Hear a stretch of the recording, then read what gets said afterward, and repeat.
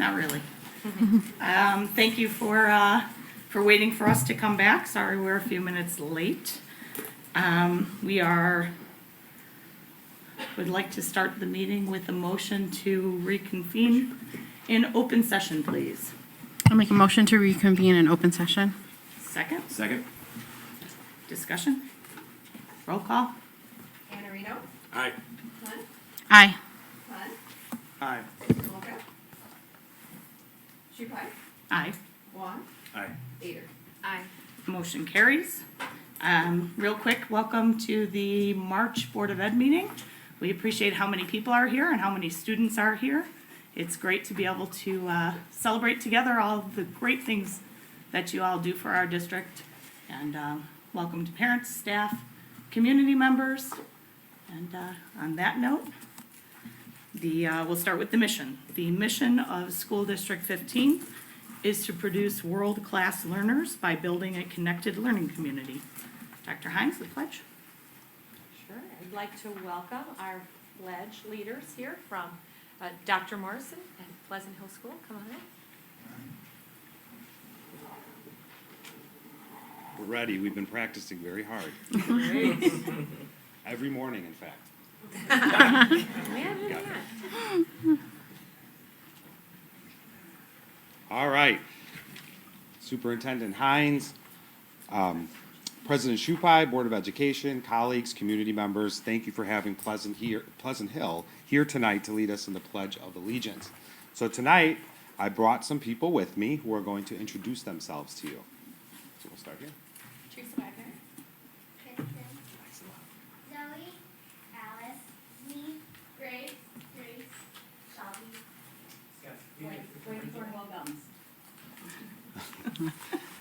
At Pleasant Hill, leadership extends beyond administration. Leadership takes the form of our teaching and program assistant staff, our students, and our families. We believe in a shared leadership and giving our stakeholders the ability to excite our community in a variety of ways. Tonight, I invited a sample of the leadership these individuals have brought to Pleasant Hill.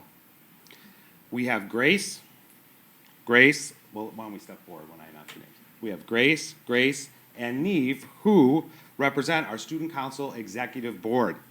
Our Student Council President is Grace Miller. Want to raise your hand? And our Vice President is Grace Elstrom. And our Secretary is Neve Soni. They campaigned, and by the way, what a great ticket, the Grace and Grace ticket. Right. Right? When I was writing this, I was saying that to myself. Grace, that's great. In any case, they campaigned very hard, developed speeches, and took on various responsibilities, such as writing articles for our monthly newsletter, leading our Veterans Day program, leading our students in charity drives, and our famous school store, just to name a few.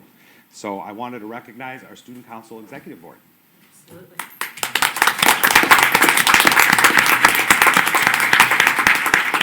We also have Kristen, Zoe, and Alice, and there's a couple other students who couldn't be here tonight, Sia and Georgia, and Mrs. Gums.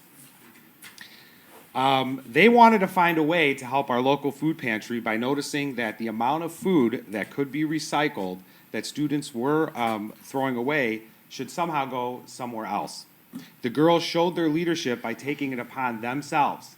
They took it upon themselves to first ask Mrs. Gums, one of our program assistants who supervises the lunchroom, to sponsor them.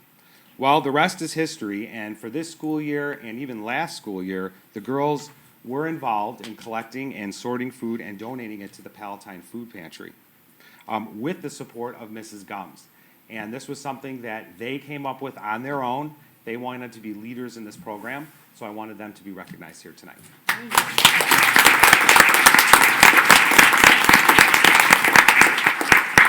I also have Shelby Patel, back there, and Teresa Wagner here. And we had two other individuals that couldn't make it tonight.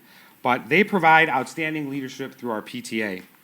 Teresa represents our Make a Difference team. This is a team in which, in April, we take 1 week where they guide each grade level in community service projects that include helping senior living homes, Little City of Palatine, Palatine Food Pantry, hospitals, feeding the hungry around the world, veterans, homeless, and many more. They do this with each grade level. Each grade level has a project that they need to complete. And at the end, we culminate it with an assembly where we have representatives from all of these different organizations come. We also invite the mayor to come, and it's truly a celebration when you see the faces of the representatives, and what the students did for the individuals in their organizations is completely amazing. It's also something we believe in at Pleasant Hill that is kept alive through our PTA and the Make a Difference Club, which is having our students understand how making a difference in people's lives both locally and nationally is extremely important. We also have Shalvi Patel here, who is representing another important event that we put on at Pleasant Hill that takes probably about a half a year of planning to do, and that's our multicultural night. This night celebrates our diversity, which features a parade of nations, and all of this is done by the students. The teachers and adults and parents don't take part in this. It's the students showcasing their diversity to the community. We have the Parade of Nations. We also have cultural performances where students do dances and all kinds of different things that represents their culture. We also have cultural games, and this year we had over 13 booths of different countries represented. That this is where families ran the booths and shared delicious and tasty food items, because students walk around with passports to obtain those for all of us to enjoy. Let's just say that anytime we put this event on, I don't eat during the day, and I wait until the evening, and it's just amazing the different things to try. So these are just a few of the many events that our parents who are committed to and who organize and lead us through, with many other events, but I wanted them to be recognized because those were two special events that we have at Pleasant Hill.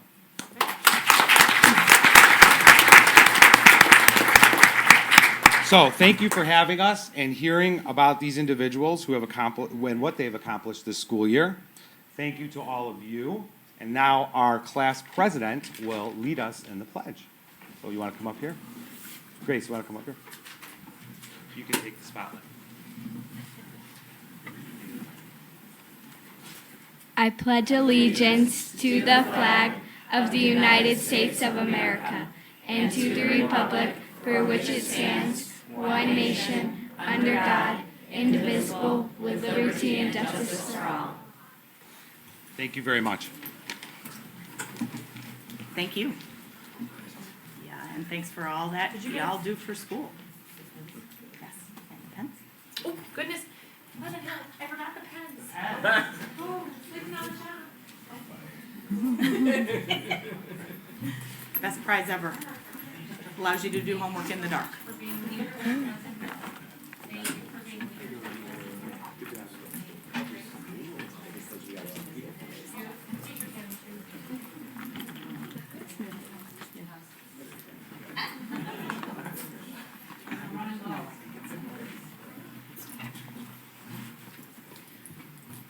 Before we move on to student recognition this evening, we'd like to take a moment of silence to recognize one of our students that we tragically lost recently. Ruthie was a 7-year-old student at Whiteley School. She was a vibrant part of the student body and will be missed by her classmates and teachers.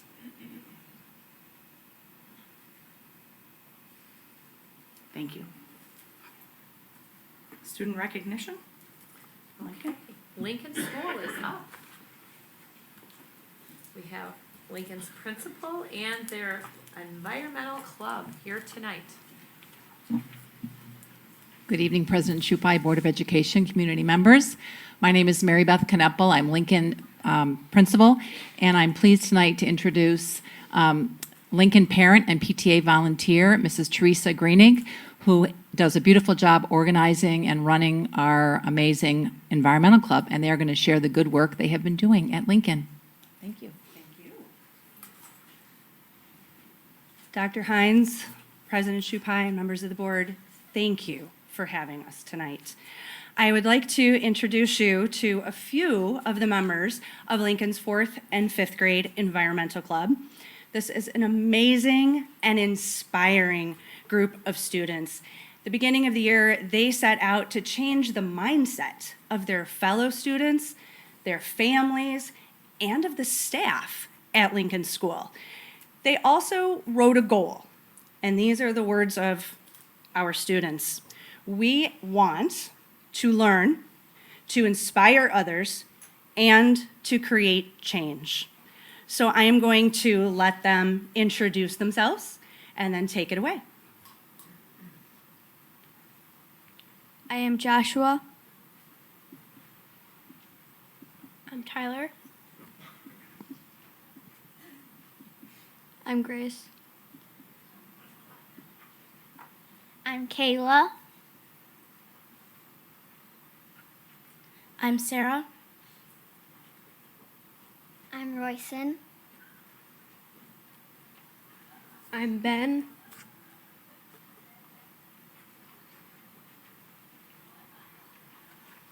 I'm Jackson.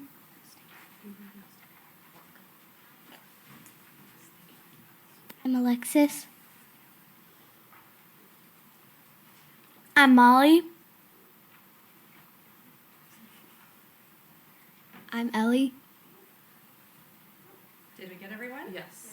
I'm going to give them a very brief opportunity to explain some of their successes, and then they have a few requests of you as well.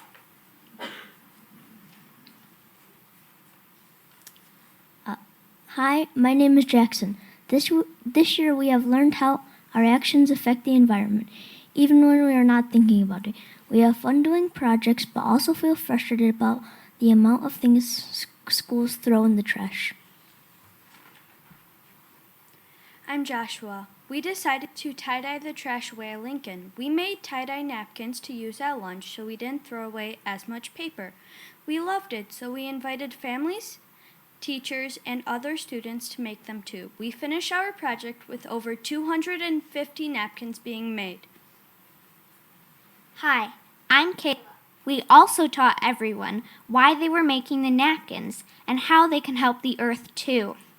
What we learned is that even though we are kids, we can achieve goals and make a big difference. We want to help our whole school district.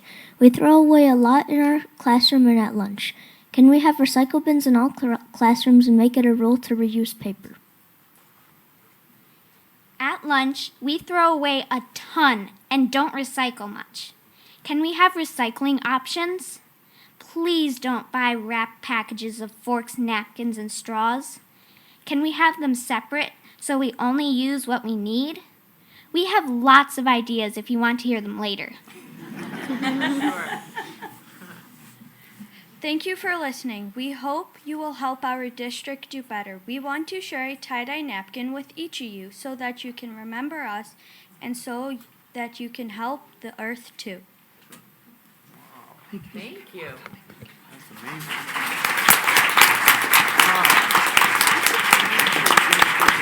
Thank you so much.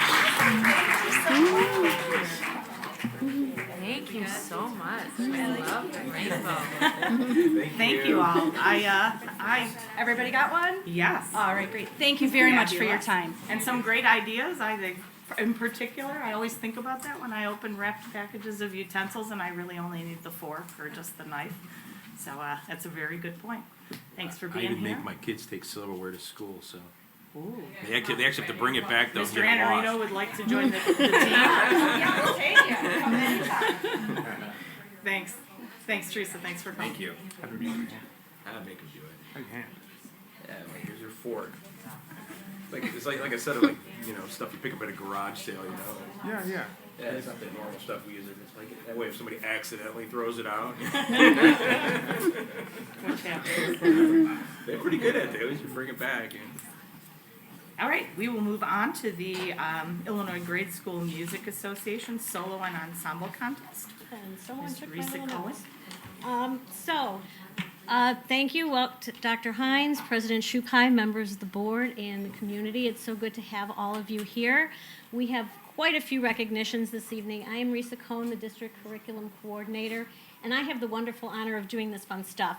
So this group of students participated in the Illinois Music Awards. We held the solo and ensemble contest at Plum Grove Junior High, and we want to recognize all of them that are here tonight with their directors.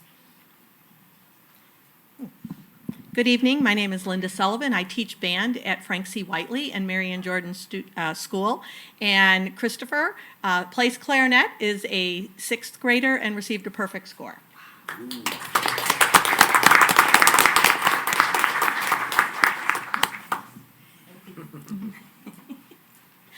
Hi, my name is Julie Quitschow.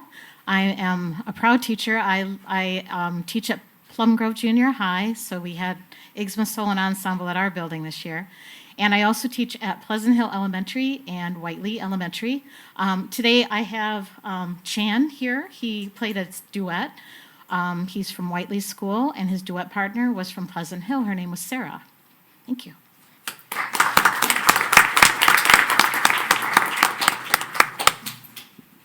Hi, I'm TJ Mitchell. I teach band at Pleasant Hill and Sanborn Elementary Schools this year. And this is Ashley. She is a 6th grader at Pleasant Hill, and she received a perfect score for her flute solo this year.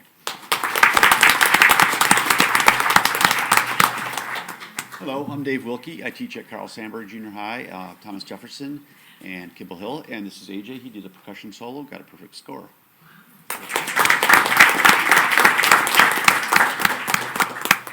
Hello, I'm Jeff Zilke. I'm the band director here at Sunling Junior High, and I have 3 students with me from Sunling in our band program. Brighton got a perfect score on his snare drum solo, Annika got a perfect score on her flute solo, and Simone got a perfect score on her flute solo.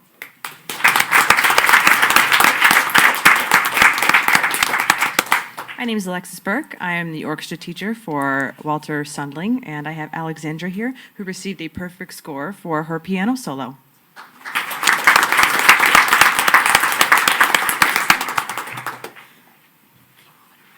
Hi, I'm Elizabeth Jordan. I teach at Winston Elementary, Jane Addams Elementary, and Winston Campus Junior High, and I'm here to congratulate Alicia on her perfect score for her string-based solo.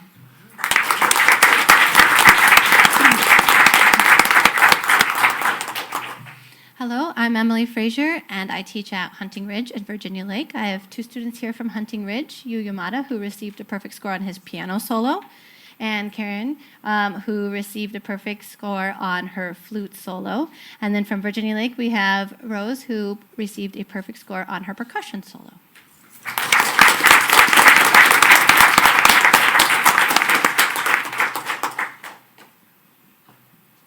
I am Mario Mangello, the band director at Plum Grove Junior High. Go Chargers.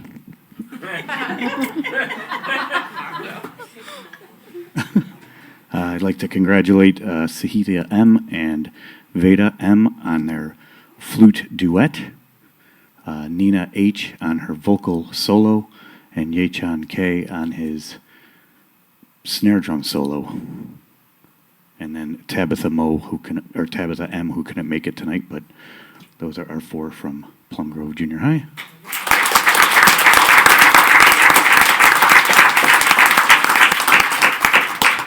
And I'd also like to thank Dr. Hines, the CCSD 15 Board of Education, the administration at the ESC, and of course Dr. Wilson, and then the numerous volunteers that came out to support and help at the Illinois Grade School Music Association's Southern District. It's an 1/8 of the district. About 1,000 students were involved. And we had many volunteers, and then, of course, the district. And I just want to thank them for helping us host a marvelous event. So congratulations to CCSD 15 for a marvelous solo and ensemble event. Thank you.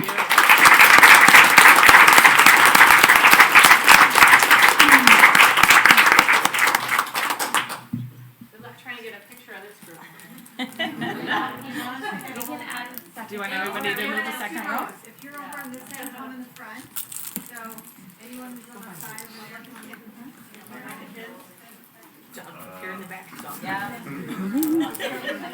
I'm kidding, We'll peek out behind you, we'll do this. We got it covered. Okay, you're more important than going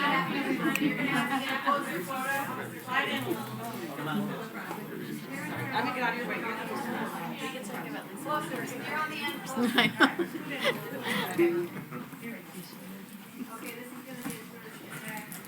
Hold on 1 second. Here, come over here. I'm gonna have you stand over here, and you can come over here. And then just go a little. She can't. All right, that may be on the other end. Go in there. Go in there. Scooch down. There you go. Awesome. Yeah, you stand up. That's fine. Yeah, my face isn't important. Nobody needs to see us. It's all right. Stand tall. All right, now congratulations. Thank you so much. Coming from Rochester, being such wonderful musicians. We're glad Frankie's better. Thank you so much. Yeah, he was out for it. Congratulations to everybody. It's one of the things I love particularly about District 15. The music program that we have, our fine arts program, is definitely next to none. Way to go. All right, see you later. Bye-bye. Good job, everyone. They want to stay. The pen is just too cool. Yeah.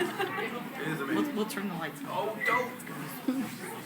Okay, one more. So one of the things that I love about District 15 is the rich variety of extracurricular programs that we do offer. So we just recognized some students in regard to music. Now we have some academic awards. These students participated in the National Geographic Geography Bee, and there were 10,000 schools across the country that participated, and they were state qualifiers, so I'm going to have them introduce themselves in their school. I'm Usman Khalid. I'm the Geographic Bee winner from Winston Campus Junior High.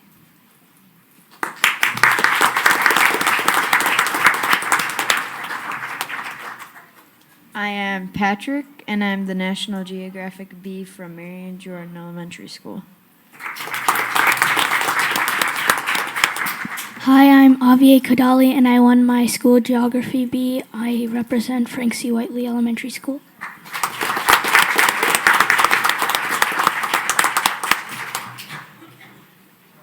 We're almost done. So we go from academics to sports, and this past February, at the beginning of the month, we had our 2-ball competition with 2 divisions, large and small, for both boys and girls. It's an event where students have, 2 minutes? Or 1? I forgot. To 1-minute rounds to shoot as many baskets as they can from certain points on the court. So we have our winners here with their coaches/PE teachers who will introduce them. Hello, my name is David Sobel from Hunting Ridge, and I want to introduce Gabby and Gabby from the large school division. They had a record round of 63, and they finished with 95 points.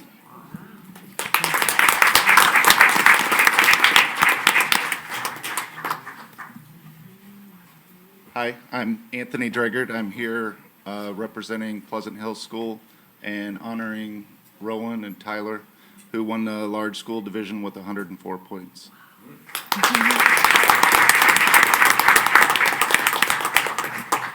Hello, I'm Mike Duffy from Miriam Jordan School. I have Sophia and Nellie from my school, and they have a new district record of 104 points. Small school division.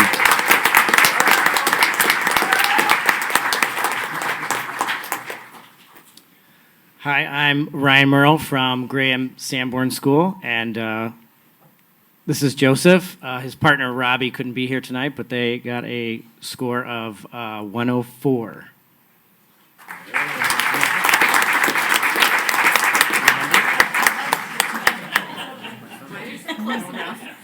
Thank you very much, and that wraps up our student recognitions.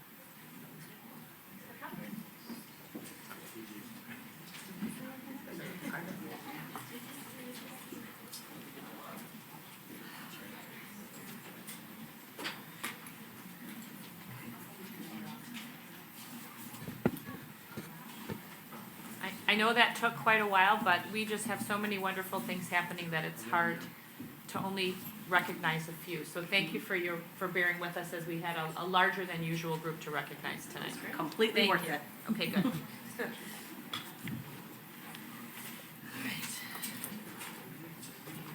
Public comment. Yeah. Oh, public comment. We will now open our meeting for public comment. Please remember that this is not a dialogue between you and the board. If you have a specific issue which requires a response, Dr. Hines will get back to you. Please state your name and identify any group that you represent. Limit your remarks to no more than 5 minutes, please. If someone has previously articulated something with which you agree, you may state that you agree rather than reiterating the entire comment. Finally, avoid comments specific to any person, student, or staff member, respecting that person's right to privacy. This is not the forum to comment on personnel issues. I didn't. Nobody ever wants to talk anymore. Anybody? Bob? All right, going once, twice. Yes. Come. That's good. Come on up and, yeah. My son is a middle school student in Rhode Meadows. Overall, everything's going pretty well, no issues of any concern. Until recently, that was a safety issue. And clearly, the suburbs arena has changed security. I feel that the board should consider maybe raising the budget in terms of what we invest in security. It's wonderful to see all the achievement of the children, but we need to make sure they're alive. So I'd like to know what percent of current budget is being allocated to improving safety measures in schools. Anywhere from cameras, undercover police officers, searches, including metal detectors and extra Yeah, so off the top of our head, of course, we can't answer that question because numbers, we gotta look into it. What- But if you will fill out a I form. was just gonna say, what I'll ask you to do before you leave is, when you walked in, there's a green form that you would normally fill out to speak to the board, so we have your contact information and your questions. So we will Yes, just exactly. sidebar. And if we've got your contact information, then Dr. Hines will get a response to you. And there is, I think one of the things that is quite well done at District 15 is that there is a significant amount of spend to ensure safety of children, both on facilities as well as kind of the soft side things that you don't think about. But we try to keep it relatively low-key because we want our children to feel safe. We want them to come to school for an education and not be concerned about things that happen at school or be fearful of coming to school. So it tends to kind of play in the background there, but we would be happy to answer your question. And thank you. Thank you. Anybody else? All right. The superintendent's reports, Dr. Hines? Because we have a big agenda, I'm going to be brief. Once again, a very busy month since our last Board of Education meeting. I'm going to focus on partnerships in my report tonight. We've had our Parents as Partner meeting. It was a wonderful presentation. We shared a number of updates about all the curricular initiatives that we have, the work that we're doing in math in terms of bringing more training to our teachers and helping them learn how to have more of a responsive and differentiated approach to mathematics. We've begun also forecasting for them some of the work that we're doing in review of our gifted program, and that will be an ongoing committee and a topic of discussion at a future board meeting. Our 1-5 Foundation met today, and we have a 50-50 raffle that's going on. We had Rotary at Palatine the other morning. Mary Czar, who is the chairwoman of the 1-5, and I were presented with a $500 check by the Palatine Rotary that we will apply towards the 1-5. So we were very proud recipients of that donation from our partners at the Palatine Rotary. And I am a member of the POC Exec Board. I want to put a save the date out there for everyone in the audience. They have a wonderful gala planned this year for their 25th anniversary, so save the date for Saturday, May 9th. It will be at the San Filippo in Barrington, which I hear is pretty spectacular.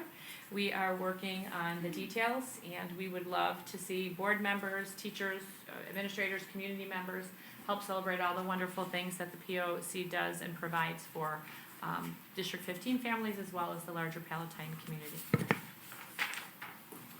All right, thank you. We're going to flip. Okay, so we were going to speak about pandemic preparedness next, but we are going to do RSP and Associates first, and then we'll talk about that. They are our out-of-town guests, so we're going to flip the order. So, and you can either stand up there or you can have a seat at the table. Where would you be more comfortable? We thought so. It's normally not that large of a table.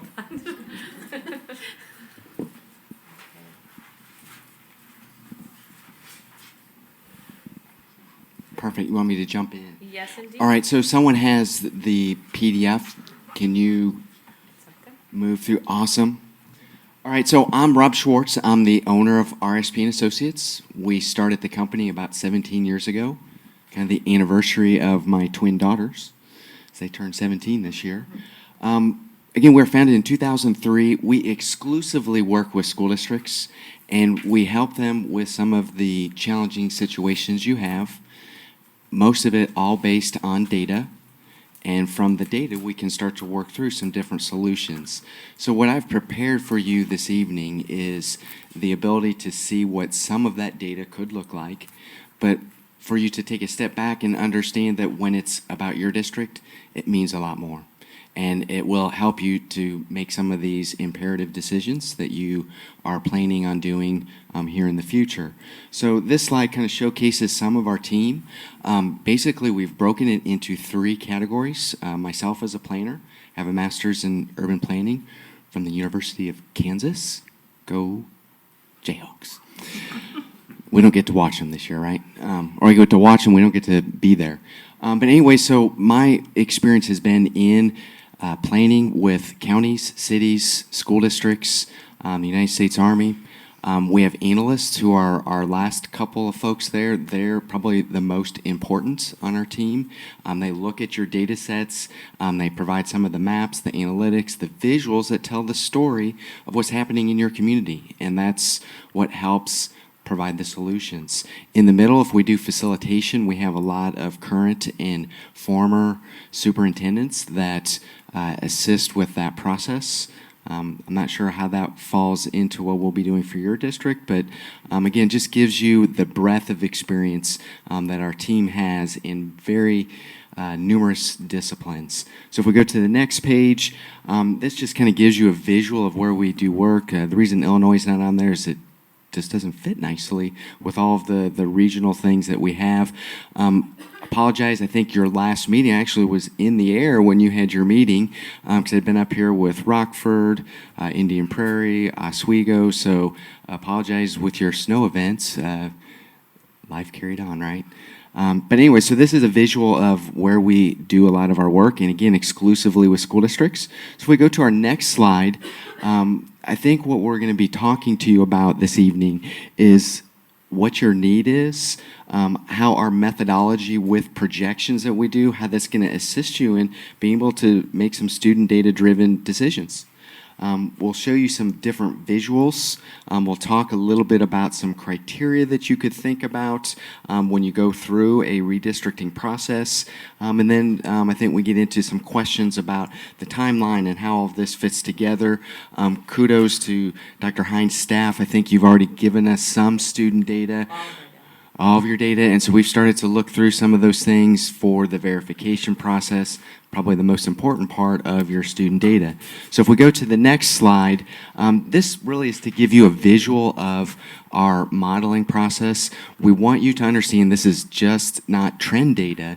This is data that's happening in your community that we're looking at and how it's impacted by what we would call subdivision life cycles, yield rates, infill developments, things that we may learn about how some of the housing developments are changing from, let's say, Section 8 to regular market rate apartments. So we really look at a whole host of different data sets to understand how are things changing in your community. Are you increasing? Are you decreasing? Remaining the same? How will this help then plan for how you make some of your decisions with saying, here's our new boundaries for these 15 elementary buildings? Go to the next slide, please. So here's kind of a sample. I think this is SD 308, so the Oswego area. And what we wanted you to see is that we break your district beyond what your existing junior high and elementary boundaries are. We break them into what we call planning areas. This is much better, much cooler than what you get with census data. This really is down to really the parcel level. What type of developments are we seeing? Are they apartments? Are they twin homes, single family, manufactured homes? All of that helps us understand how we can forecast what yield rates will be in each of these areas over time.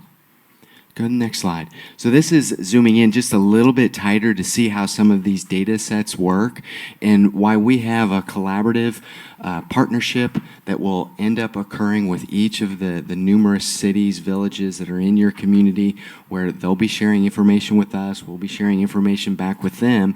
But what you see in this map is some of that geography of parcels, streets. The green lines represent the planning areas. The dots represent students.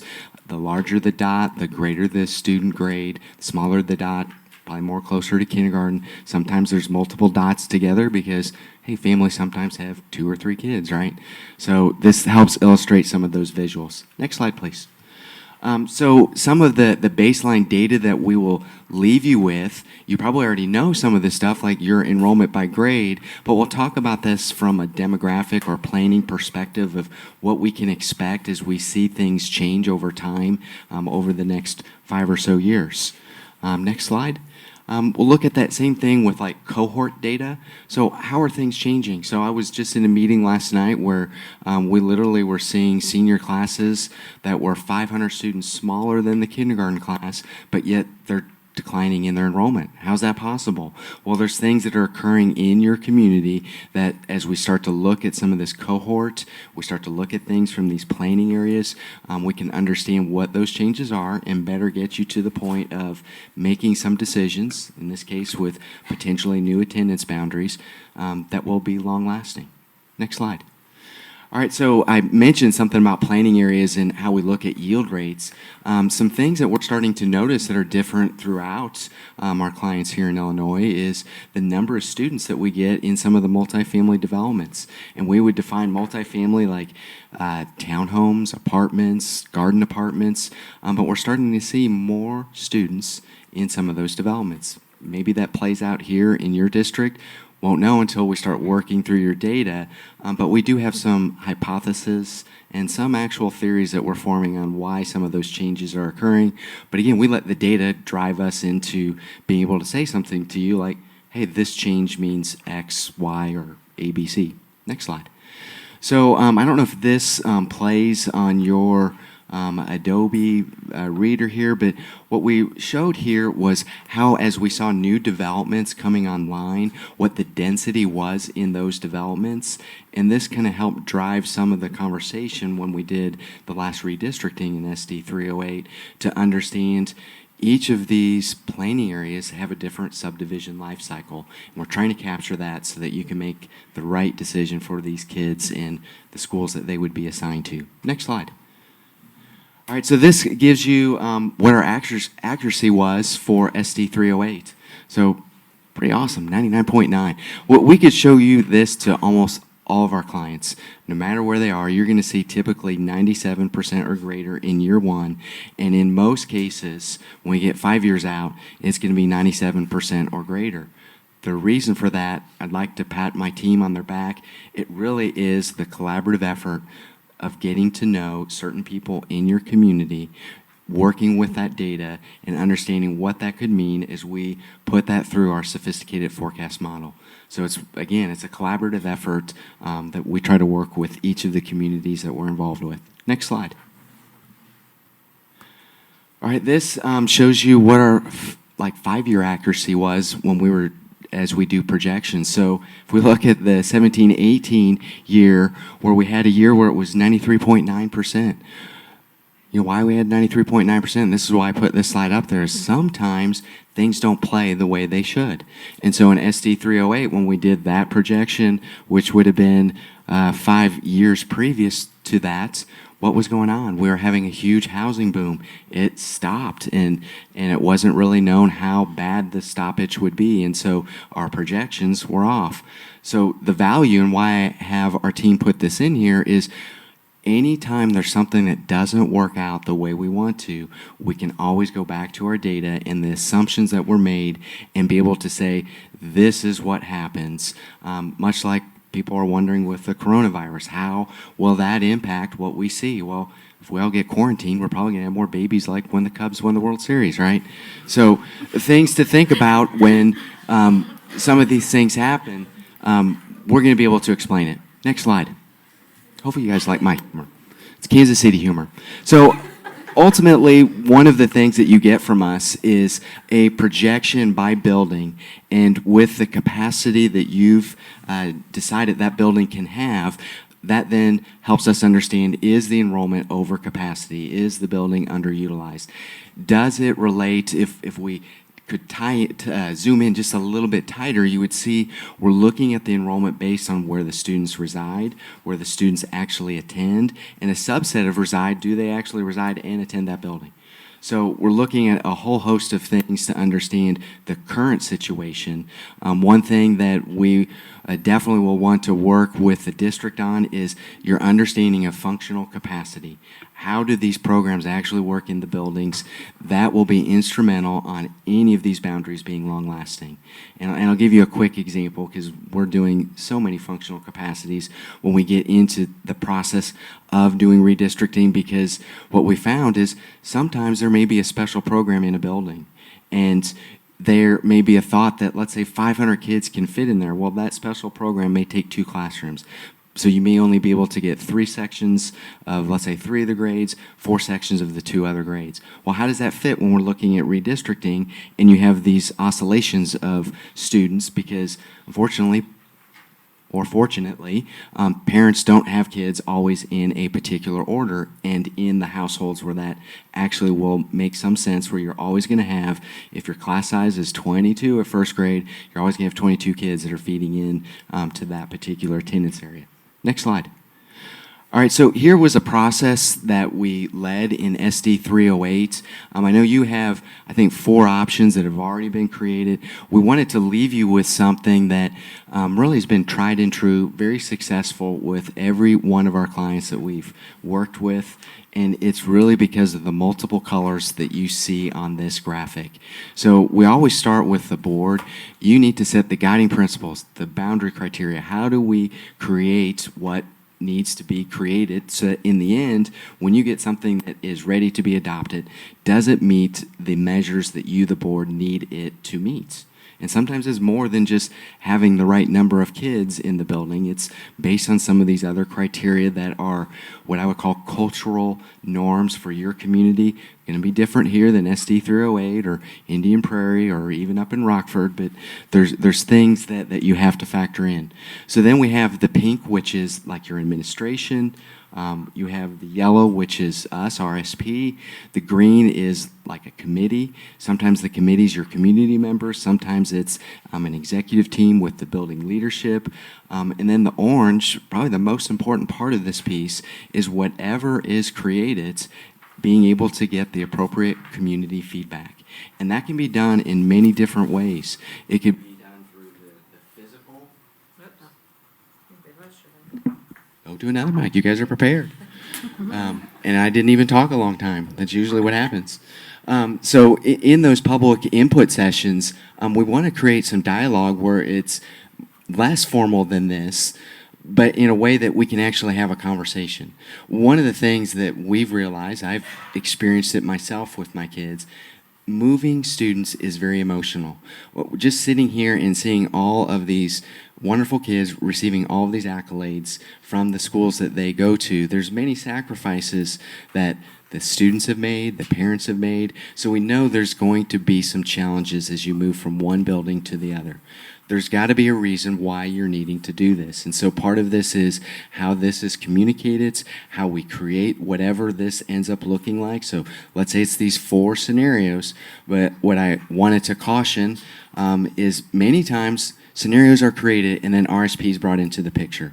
We create all this data and then we say, ooh, maybe this doesn't work so well. Where do we go from there? So we wanted to say, maybe you already have these 4 scenarios. We would use those as baselines unless there's other direction from the board, but there may be something that can be better, or there may be something the data would lead us down differently than what you've created. So I don't want to discount what you've done, but I also want to give you a caution that there may be a reason to be doing something different. So next slide. All right, so we always try to start with these guiding principles. So what are the things that the sandbox needs to be about? So can we change the grade configuration? Can we have paired schools? Are we being directed for a balance of students that maybe would be more uniform through your district? Do we look at some different elements that make your district what it is? So board would provide what those parameters are. And these are just kind of a list of some of the examples that occurred with SD 308. Next slide. All right, so then we have criteria. So we've listed here the 4 that SD 308 used. And so I'll just kind of walk you through what they did and what that potentially means for your district as we talk about these 15 elementaries and 4 junior highs. So they valued that we want to make sure the projected enrollment and the utilization, so this capacity of buildings, makes sense. We want to make sure that we don't have too much or too little. In particular, when we get into the junior high with different teams and stuff, that becomes pretty critical. Physical consideration, operational, they didn't want to have a plan that increased what their staffing is. Hey, just like every state, we're limited by our dollars and what you can fund for the staffing, right? How many teachers, support staff there needs to be. They also would like to have duration of boundaries last as long as forever, and if the parents in the room, it's forever. We'll try to get there. I mean, a lot of that depends on what some of the demographics are. Transportation, they wanted to make sure that we had efficient use of transportation, not only for the buses, but for the parents. I mean, how many times do parents come to you, or do you hear from the cities, the pickup and drop-off lines are extending out onto the arterial roads? Well, there may be some things that we can do with boundaries that helps alleviate some of that. So those were the 4 criteria that they had, and some of them kind of made it a little bit difficult with where facilities were located or where the students are actually residing and where new developments are coming online. But again, there's this ebb and pull of how do we get to the final creation of something that your community can support. Next slide. All right, we're the best choice. Don't need to say anything more. No, in all seriousness, one of the things that we take great pride in is really making sure the data that we get from all the entities, it goes through a verification process to meet our standards, so that when we do things for your district, like realign your boundaries, that you're going to feel more comfortable as a board when you're faced with people that are upset with these changes, that we've communicated the right message, we have sound data, and when there are things that make sense that maybe will deviate you from what your guiding principles or your prioritization of boundary criteria, we can do that. We want to make sure that the plan meets the standard that your constituents want and ultimately makes the best learning environment for your students, because that's really what it's about. And that's why it's great to be here at the beginning of the meetings and see these kids come up front, and it's a great success for the things they do. That opens it up for questions, other comments that you as the board members have. This is the first time you've heard me. You know I'm a Jayhawk. If you're not, it's good to be a Jayhawk this year. Could you give an idea of what the typical time frame is for the process that y'all do in terms of data? Great question. So the key is with the quality of the data. And so we've already started that process with the district of working through duplicates and other challenges with the data as you try to pull them out of the student database. So once that's cleaned, usually we're within 3 to 5 weeks of having the enrollment projections. Some things that may delay this is obviously our ability to travel back up here if, let's say, they start to suspend air travel or whatnot. So barring something like that, there's a lot of things that we can do in our office, but there are certain things, like even today where I started driving through parts of your community, nothing alarmed me with something we've not already seen, but it'll be interesting to just get into the data. But 3 to 5 weeks is typically.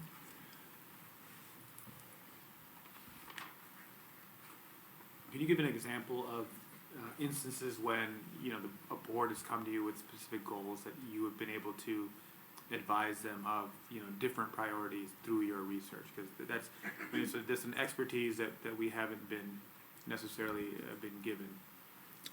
Yeah, that's a good question. A lot of them really come more from administration, and a lot of it comes from the reality of there are certain demographics that require different resources in the buildings, and the desire to not overload a building. And so as we look through some of the guiding principles, let's say you want neighborhood schools, because that's one of our 10 criteria that we'd look at. Well, there may be some challenges with where we see certain pockets of demographics that may result in additional resources that are required in that building. So we would be working with administration on some of those challenges that could deviate into things like if there's title funds.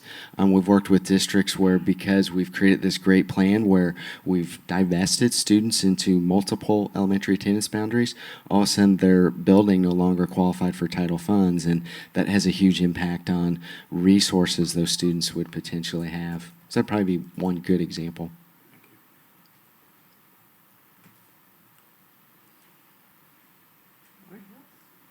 Any other questions? I was going to ask you about the cost. I noticed it's broken down into 3 sections. The first section is, I guess, the initial analysis of the data, and that's going back 10 years. Is that correct? That is correct. Okay. If possible. Okay. And then, so the actual deliverables from that analysis, that's going to be the actual boundary analysis then? Now, the enrollment analysis would be looking at your current situation and creating the systems, the back end, the foundation, the model, to be able to get to the second portion, which is the boundary analysis, running the scenarios. And I think the guidance had been the 4 that you originally created, but then with our expertise of what we've done in numerous realignment processes, is there maybe something different that maybe better hones in on some of the guiding principles or criteria that you would want to establish as a board? Okay, so the deliverables will be then your initial analysis of the data, and then you're going to be giving us some proposals that fit in close to the scenarios that we gave to you to take a look at, along with if you see something else that looks like it might be a better fit. Absolutely. Okay. And then there's a 21-22 school year enrollment analysis. And I noticed the costs for that were the same as the initial analysis. I was kind of wondering if you're just adding on an additional year, why is it the costs are the same compared to the 10-year analysis? Great question. So everything that we do, it's a reset with all of the data that we're analyzing. And so we freeze what our costs are from the initial, so 19-20, and then 21-22, which would be 2 school years later, with that cost. Another way to think about this is, for instance, with your teachers, when they create their lesson plan for this year, they don't just freeze that lesson plan for the next year and the next year. They're still making changes to that to make it better. And so this is the same thing with our analysis. We provide even more time with digging deeper into some of the things that result in changes that are occurring demographically in different parts of your district. So it's less time on data collection, more time on being able to examine what have we learned from the initial projections in 19-20, and then 2 years later for the 21-22 to then push that out for the next 5 years.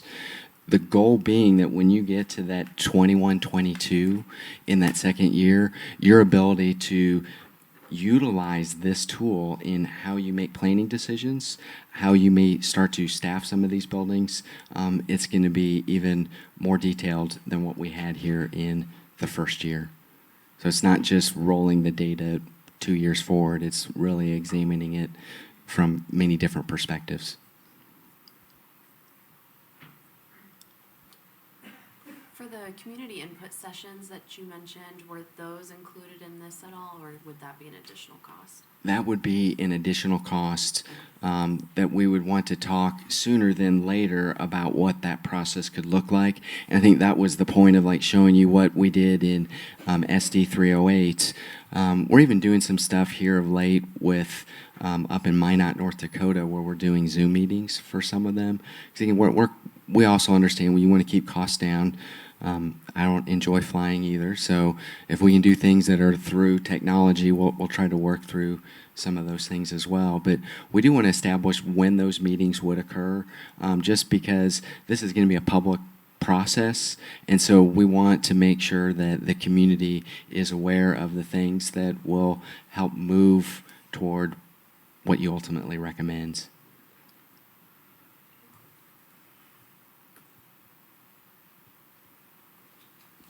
Anything else? All right, thank you very much. All right, I appreciate my time with you this evening. Thank you so much.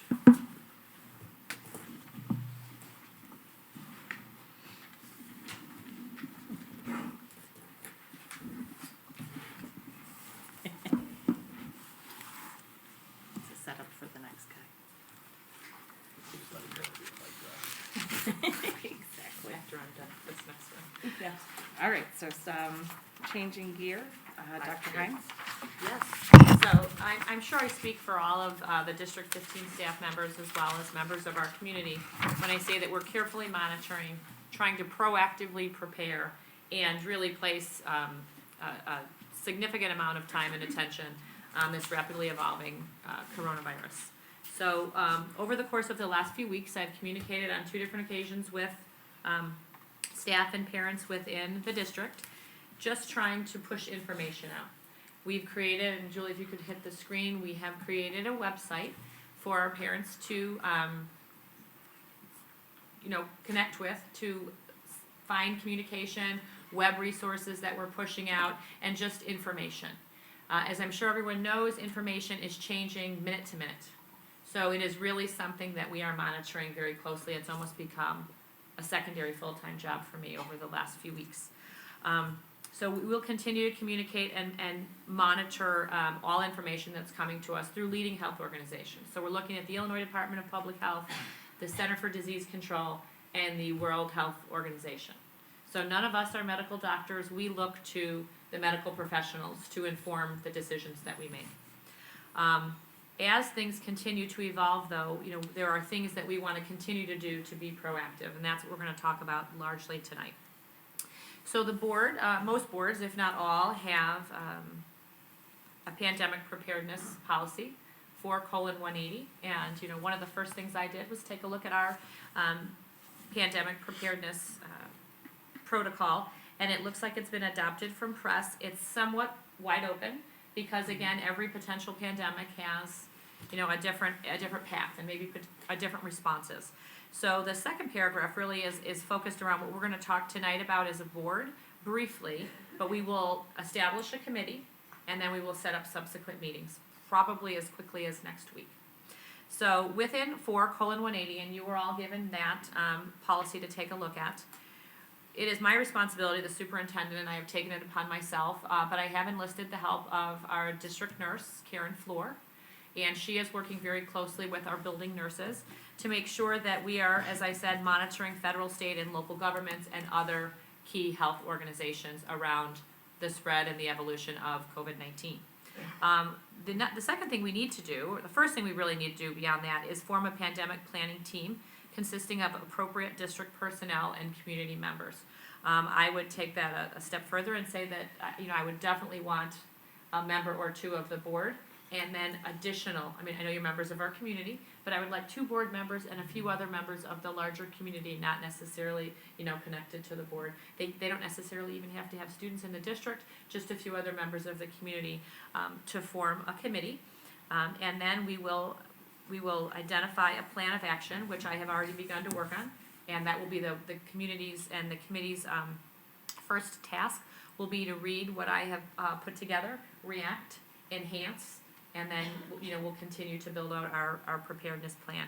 But because this is evolving so rapidly, I'm trying to do a lot of legwork prior to the group getting together because again, timing is of the essence. And then our goal will be to create a plan that we will share forward to the staff, with the students when appropriate, and to the larger community. So one of the questions that I have for you is in terms of board participation, are 1 or 2 of you interested in serving on this committee and available? We will likely meet late in the afternoons, potentially into the early part of the evening, knowing that all of you work outside of the home. Do you think you could make that time commitment? Who is interested? I'm interested. I'm available. Okay, Wenda and Zubair. Okay. A number of our principals and assistant principals, we met today to begin to talk about the e-learning plan that we're putting in place, and we'll talk about that in a few moments. We will also meet tomorrow. We have all Thursdays where we spend a half a day together learning a variety of different things. We're scrapping restorative practice, not that that's not important to us, but nothing is trumping coronavirus at this moment in time. So we'll continue to work on our e-learning plan should we need to close for an extended period of time, e-learning or distance learning. The reason we cannot have a true e-learning plan is we are not one-to-one with all of our students, kindergarten through 8th grade, nor would that necessarily be appropriate. We also know that some of our families do not have consistent internet access at home and or personal devices. So we're going to be doing more of a distance learning plan where there may be a combination of digital if you can access or paper pencil tasks. That's part of the work that I have roughed out and that the principals and assistant principals and I will continue to work on tomorrow. I will then submit it to the North Cook Intermediate Service Center, which is where our regional office superintendent works, for emergency approval. And the Illinois State Board of Education is really saying that every school district should have a plan in place because schools may close for an extended period of time. So we will be, ready with that plan to go to the North Cook Intermediate Service Center this Friday. The turnaround with Dr. Gout, former District 15 administrator, has been quick, and we will communicate that plan to staff members. So principals and assistant principals, I will find out. They're all helping me now, but which ones really formally want to become members of this Pandemic Preparedness Committee, they'll draw straws tomorrow. And then I have received one community member reached out to say that they would be interested in helping, but I will probably try to figure out how to put a communication out to solicit some different community involvement. So we're not hearing, sometimes we get to be like an echo chamber. We don't want to hear from the same voices. We want to hear from a variety of people.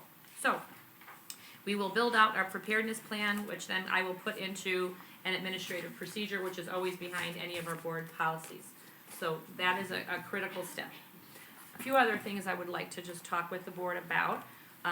Linked to that board policy, we're putting together an operational planning protocol, all the different things that we will need to do should we have to close school, should we have an outbreak here of students within one of our or more of our 20 schools. We're putting protocols together.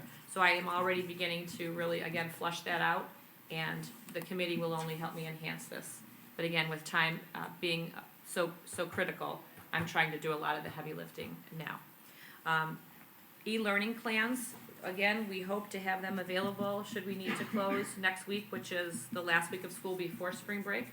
We're going to really try to work very hard tomorrow morning. We have a nice running start because there are some districts that have already put e-learning plans formally in place because they are one-to-one. Their communities have consistent access to the internet, and even when the schools, the younger kids may not have one-to-ones, their families do have multiple devices at home. So we are looking to some of the districts that have formally approved e-learning prior to coronavirus even ever being a thing. And so we've got some very nice models. Typically, had we done this a number of years ago and had the situation in the district been right to go e-learning, we would have had a public hearing, the board would have had to approve this, but because we are where we are as a state, all of those requirements have been waived, and the directive really is get a distance learning plan in place to be prepared for when our schools close. So that is what I can report. I would like to ask the board if they have questions, and then I want to talk with the board about some email, not some, we're getting a lot of emails and a lot of calls about why aren't we closing school now? Okay, we are looking to the Illinois Department of Public Health, the Center for Disease Control, to guide our actions at this time. They are not recommending, repeat, not recommending school closures. We do not have an outbreak in this area. They are not recommending. They're saying be ready, it might happen, but we don't need to do that now. This afternoon, the superintendents that feed 211 and 214, there's a number of us.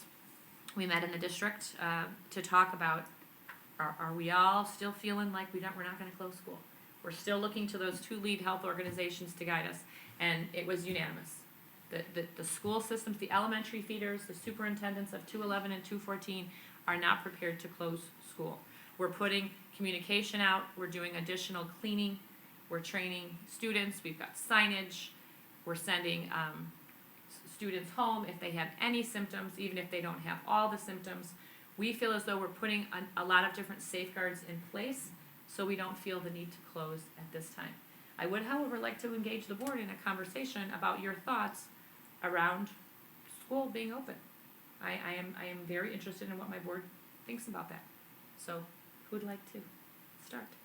Well, I'd like to ask about if one of these e-learning plans were to put in place, or I should say, if we were to have to close schools, would it be the whole district, or would it be just one school? Like, for instance, if you have a cluster of kids just at one school that might have it, would you just shut that one school down, leave other schools open? Yep, it's a good question. It was one that we spoke about today. So what we agreed on is if there was certainly a child or a number of children in a school, we would close that school, and we would want to close that school for that 14-day period because social distancing is important, additional deep cleaning is important. The issue that we were talking about with the rest of the schools is if you have, because this community, although large, kids intermix, they're in sports together, they're in different groups together. You know, would it be wise to close the entire district for 14 days and clean it? Most of the superintendents around the table were leaning towards closing where there was a known case for 14, not known cases for 1 day of real deep cleaning. But in our district, we're doing a 1/5 clean every day, so we started that last Friday. And by the end of each week, the whole building has been deep cleaned, and we're just going to continue to do that until we no longer have to do that. Our custodians have all the supplies. Van Lee, you know, I jokingly say he's a bit of a hoarder. He makes sure over the years we're stockpiled. We have plenty of cleaning supplies. Mike and I and Tom Bramley met with the custodians last Friday. They know exactly which products to use and how to clean. We feel as if we have a nice handle on the building, so I think we're leaning towards known case, 14 days. Unknown case, you know, closing for at least a day to do a top to bottom, not a 1/5, like every surface, every classroom. That's what we're leaning towards at this time. So reactions to that thinking. Sounds right to me. Okay. I mean, we don't want to overreact. We don't want to underreact. It's knowing where that line is, and that line seems to keep moving. So we think at this point that was our best thinking, but I certainly wanted to know what the board thought as well. Okay. Other questions? That's fine. I think keeping the schools open, you know, as long as possible would be best because it's extremely disruptive to the kids' education, and obviously the ripple effect through all the parents that don't have the ability to, you know, have someone watch their children, and then they have to stay home from work, and then it becomes very detrimental down the line to everything involved in the community. Right, and imagine, you know, a 14-day period. That's a significant. That's not a snow day or two, or a cold weather day or two. That's 2 full weeks. So we definitely, you know, that is a consideration, you know, a factor in terms of knowing when to close, if we're going to close. So when we talk about the operational planning that has to be done with the preparedness, pandemic preparedness committee, you know, that is one of the factors. You know, what can we do? We're concerned about food scarcity. You know, we have children that they get 2 meals a day when they're in school with us. We have blessings in a backpack to help them have food over the weekend. If we're closed for 2 weeks, Right. you know, one of the things we're looking into, because we're part of the National School Lunch Program, are there guidelines in terms of what we can serve and how we can serve it, because we are connected with you know, federal funds. If we can serve and go brown bag if we were to close, you know, we're going to need volunteers to help. You know, don't tell the Lincoln Environmental Club, but we're going to have to individually wrap those brown bags and pass them out to thousands of children. Tie-dye napkins, you know, single-serve silverware. You know, I wrote notes. But we are going to have to, you know, plan those lunches, pack the lunches, figure out how to distribute them. Our bus drivers, Tom, you know, I haven't talked to you about this yet, but when we think about if we were to close, and we talked about this with the board in closed session before tonight's meeting started, what are our work groups going to do when they're home? So teachers, we can engage them in all kinds of professional development and book studies, and you know, we can keep them busy. You know, ESPA, those are our paraprofessionals. Again, we can do a lot with professional learning opportunities for them. You know, our bus drivers, we might try to mobilize them and have them deliver food to where the kids are, right? So we're going to mobilize our drivers, and they're going to be delivering meals, you know, once or twice a day for the number of days that we're closed. So those are some of the things that we've already begun to think through. But when we get our larger group together, we know there are things that we're missing that, again, a larger brain trust will help us round out. So we've really tried to proactively plan for every potential scenario around this. So to Frank's point, you know, that is a factor. Where will our kids go? Childcare, food. You know, those are some of the things that weigh heavy when you're trying to decide, you know, when would be the right time, if ever, to close. Are we getting information from the CDC and the Illinois Department of Public Health to kind of help us with these guidelines that seem to be, you know, like seems like a good compromise, but I guess I don't feel 100% comfortable in the sense of where are these guidelines coming from? Like, if we say that, okay, we'll close down for 14 days for a known case, why is that? Versus, you know, okay, if it's not a known case, but, you know, it's in the district, we're going to clean it down for 1 day. I mean, I don't know if they're providing that type of information, frankly. They're recommending, when they recommend a closure, it'd be a 14-day closure. Okay. That's what we're hearing. And is that student and staff, what about like larger, like surrounding community members that maybe they're not working in the district or have a student in the district but may have close proximity? I don't know if you read the post from Palatine Township today. Mm-hmm. Yeah. They're saying they're never closing, but I saw that. Yeah. So I think that's a dangerous statement to make. It's like never say never. Be prepared, because again, we move through the community. Exercising your own social distancing during these times it's everyone's responsibility, right? It's not just school. So kind of to your point, Sam, we have to think about our movement and how many people we're willing to interact with, and you know, should we be ourselves limiting what it is that we're doing, and you know, those are all individual decisions. We're never going to be able to lock everybody down, but you know, we can't control for every scenario. We cover 35 square miles. We cross all our part of 7 municipalities.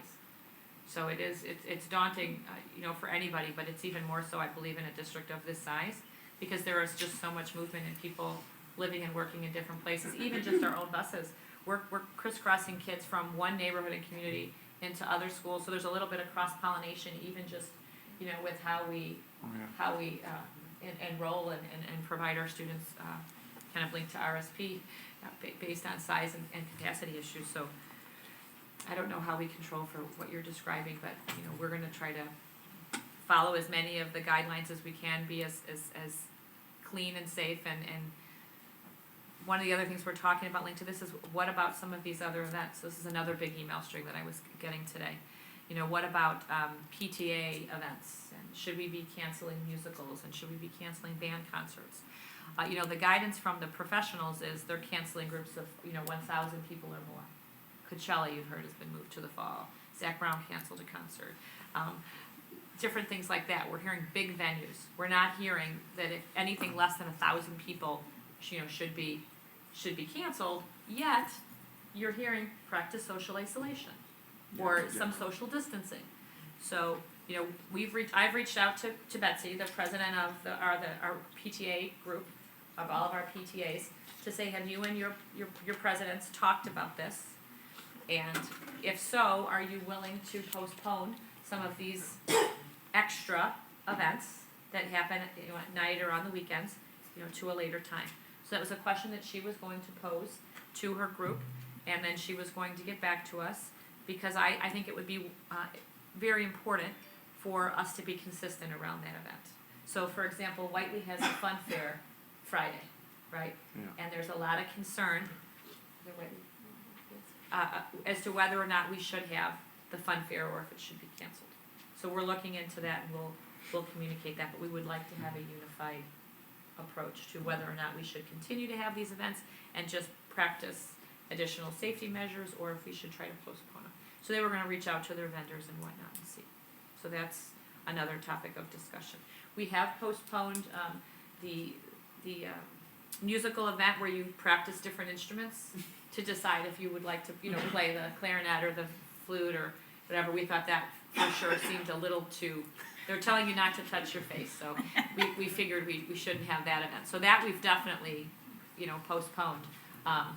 Risa, I don't know where she's sitting, has been working with the music teachers with some additional layers of cleaning of instruments and whatnot while they're having their lessons. But we did postpone that musical event. What other questions, thoughts, concerns, reactions do you have? I mean, I would just implore you to be super vigilant on the communications. Kind of concise information, striking that balance between the seriousness of it but not being alarmist. I think that information, if it needs to go, I know you have the website and everything, but also maybe send it from home, in an envelope that the kids don't have necessarily open up, because I think the kids are also talking a lot about coronavirus. And I heard there's somebody in this school, and I heard somebody in this school, and so I hear that just in the rumors when I hang out with them. But there's, I think that the communication is going to be just very important. I know it's an obvious point, but I think that in addition, I'm just saying, in addition to having the website as kind of a place people can go to, we're going to have to really spoon feed the communication on this one. I know most if not all of our communications are translated to Spanish. Do we have the option to do that for additional languages? We would have to employ an outside group. We have a district translator this year for the first time that can translate in Spanish. She's wonderful, Clara. We would have to, I'm looking at Renee, we means? We do have some staff members that help us with translation into our more prominent languages. Okay. And then we have a translation agency that we work with for more of our obscure languages. Okay, perfect. I almost think just to consider about maybe even some sort of robocall at some point. I just think sometimes it gets the importance of the situation. Oh, I don't get a robocall every day, that sort of thing. But can a good message could be put there, even if it's one to say, hey, we're watching this. And Okay, that's a good idea. So another means of communication. Morgan and I listened to a digital message that somebody put out today, and that was kind of on our list of things to talk about, to see if we didn't want to just try a different method of communication. But a robocall, is a great idea as well. Yeah. And if nothing else, there's, just like we said earlier about safety and security, there's a tremendous amount of activity happening in the background, just to let parents know, let whoever's on our call list that. Yeah, because the automatic this is assumption would happening. be when you hear other schools closing down, if a school that's not closing down isn't doing enough. Right. I would think that would be kind of an assumption that we need to put to rest by communication. Yeah, I think probably putting in there that we are cleaning all the schools and rotating through them, that's probably something that'd be a little more reassuring that people actually know that that's happening, because otherwise they probably don't necessarily know that's happening. That was in the communication that went out. I don't see the date on here, but that was last week. was in Cleaning there. and Okay. hygiene, potential school closures, health protocols, nurse procedures, pandemic preparedness, and then the website update. That was in our last, and kind of all just bite-sized, so it's not an overwhelming amount of text. You know, be concise. We tried, while also, you know, giving important information, and always linked to additional resources that people can educate themselves around. So we know after tonight's meeting, we will communicate out this conversation per, you know, protocol in terms of what does the board discuss. Then the principals and I will meet, and cabinet will meet tomorrow to work on e-learning. We'll advertise that we're launching the pandemic preparedness, you know, group through our board policy, and then we'll just continue to communicate. The soup group that feeds 211 and 214, we will meet again on Monday. The larger North Cook Superintendent group is getting together on Friday, and we're communicating with Lake and DuPage to just really try to have a very unified approach to what it is that we're doing. We're all looking to the same organizations and communicating constantly around this topic. So, you know, I'll make sure to continue to communicate out. Not so much that people stop listening and reading, but just enough so they know that this really is a big topic of discussion and at the forefront of all of our to-do lists, certainly mine. If you were in my office, you'd understand. I think Very little also else is getting done. emphasizing the point that the cleaning regimen is different than our typical. Yep. There was a communication that I read about the misting equipment that was purchased. Things like that, I think, to put out and make sure that, you know, it's said over and over again, so for everybody that doesn't pay attention, that they're gonna catch it once, at least. Not coronavirus, but that they're gonna catch the information. Catch the information. Yes. Okay, so that is, I just wanted to give the board an update, kind of have it on camera also, because I know this is another means that people get communication. So if you think of anything else, you all know where to find me, call me, text me, email me, and I'll add it to our list. All right, thanks. All right, thanks. All right, 6.2, presentation on administrative allocation request. So as many members of the board know that you've been here before, right around this time, certainly in Lisa's department and at our buildings, we start talking about building staff based on enrollment. And that tends to be, you have a certain number of kids, you have a certain number of sections. But I think another conversation that happens in this district and all districts is, do we feel as if we're properly staffed to do the work that we need to do to address the needs of our population? And it is something that we as an administrative team have certainly been talking about throughout the course of this year. We've also had conversations with CTC and ESPA about, you know, some of the changing needs within our classrooms and our programs. We've spoken to the board about some of the increased maybe physical aggression or the intensity of some of our student behaviors or the intensity of some of our programs that the staff is starting to express that they're feeling, which really caused us to start to talk about, you know, do we feel as if we are properly staffed to really not only meet the needs of our students, but to pay attention to those achievement gaps, to address the rising concern that we have around mental health issues with our students. We've been strategic in terms of how we've presented information to you, so it's kind of building up to this point. We've talked about core curricular changes that we're making that we think are going to help close the achievement gap. Bonus and Pinnell, differentiated responsive workshop in reading, professional development, math workshop, so teachers again can differentiate that core experience. You've heard for a long time about SEL and CLR. You've heard about the achievement gap, and that gap is either flat or it's widening. And we have some groups that really aren't meeting their targets, and we're concerned about that. And then last month we talked about some, I think, what we felt were very alarming statistics about the mental health concerns and needs that a lot of our children are facing, and as a result, how that plays out and impacts the job that our teachers are doing. So tonight, because I don't want to ever be the only one talking, I mean, even though I like to talk, I don't want to be the only one talking, because this topic is very important to all the administrators, and that's why they're here tonight. So many of them have bravely agreed to come up and take a little portion of the memo that we wrote to you, so we have a really full picture around why we are requesting the increases that we are.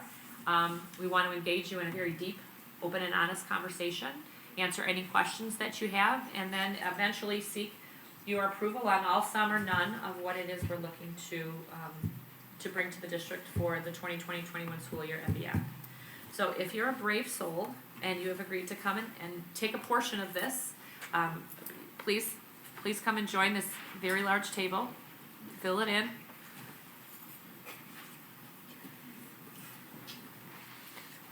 Everyone looks like they're like dead men walking. Please don't. You know this is a friendly group. It'll be okay. Whether Yeah, they agree you with guys us or do not, have it'll all be Batman at the okay. table, so you're safe. I'll never let that one go. I know, right? Couple seats at the Okay. end still, guys. That way.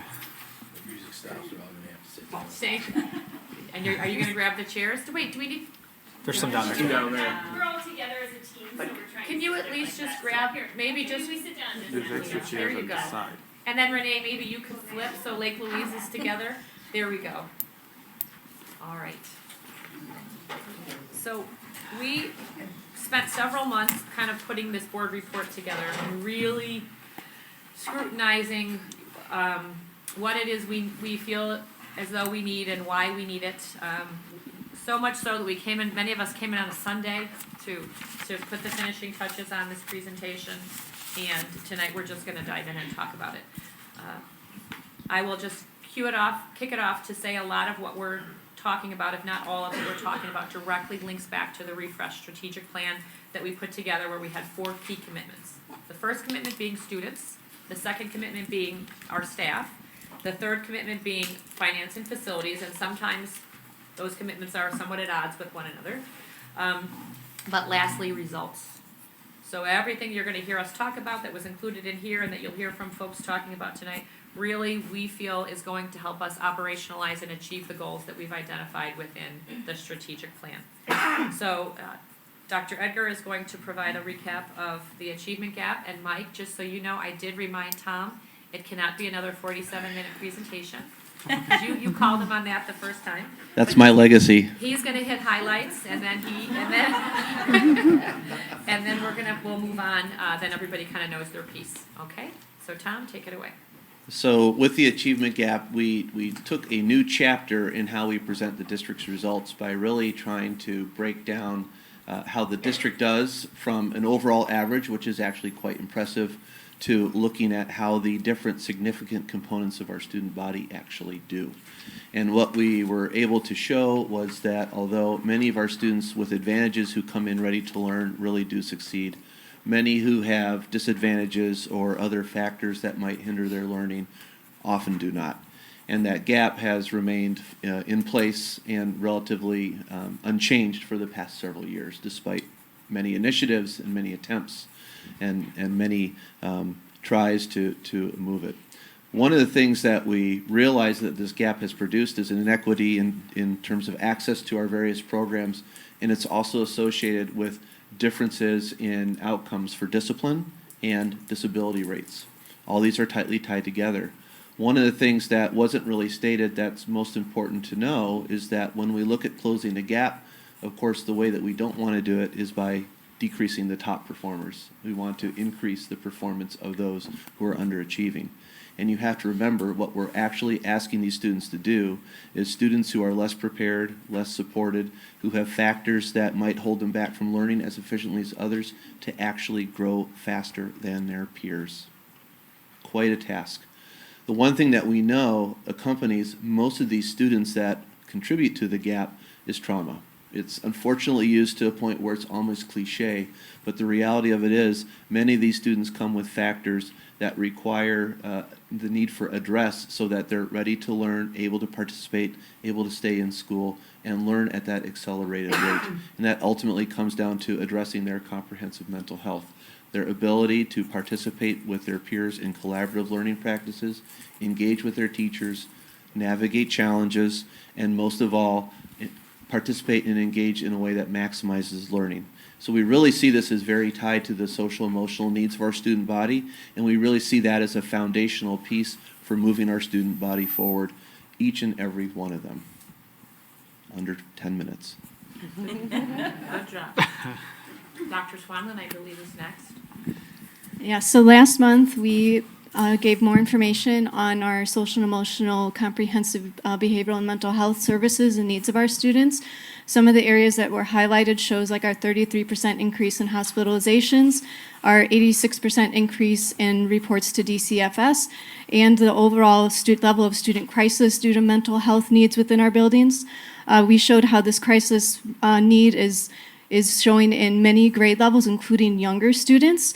And overall, the data really indicated that even with all of our efforts, including our suicide prevention and the number of risk assessments that we do as a result of that, there's just a heightened need under the social and emotional learning where we really could use these skilled mental health professionals at all levels to support our students.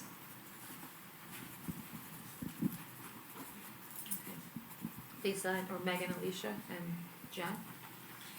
All right, so Alicia and I are speaking on behalf of Student Services in Sue's absence. Student Services is requesting an increase of 8.3 mental health professionals and a slight increase in assistive technology. When you're faced with an increase such as the one that is requested by Student Services and Special Education, it's understandable to ask what has changed. Some of the changes are easy to see, such as the increase in the number of professionals needed to address the needs in assistive technology. More students have assistive technology in their IEPs, and therefore we're requesting a slight increase in that area. What is not easy to see is the need to make good on a commitment to address not only the mental health needs of students with IEPs, but to address the mental health needs of the full population of District 15. The report on comprehensive mental health services, which was brought forth to the board last month, provided data showing a sharp increase in the number of students exhibiting suicidal ideation, as well as an increase in the number of students who are being hospitalized with mental health issues. These are our students, and when they are brought back to school, their need for mental health services does not end. And we need to help them cope and progress in the general education curriculum. That doesn't stop. We have staffed at levels that allow us to address the needs of students with IEPs, but we also have 900 students with 504 plans and other students with no official paperwork who require the assistance of mental health professionals on a daily basis during their school day. I'm going to turn it over to Matt Warren to talk specifically about the needs at CLA.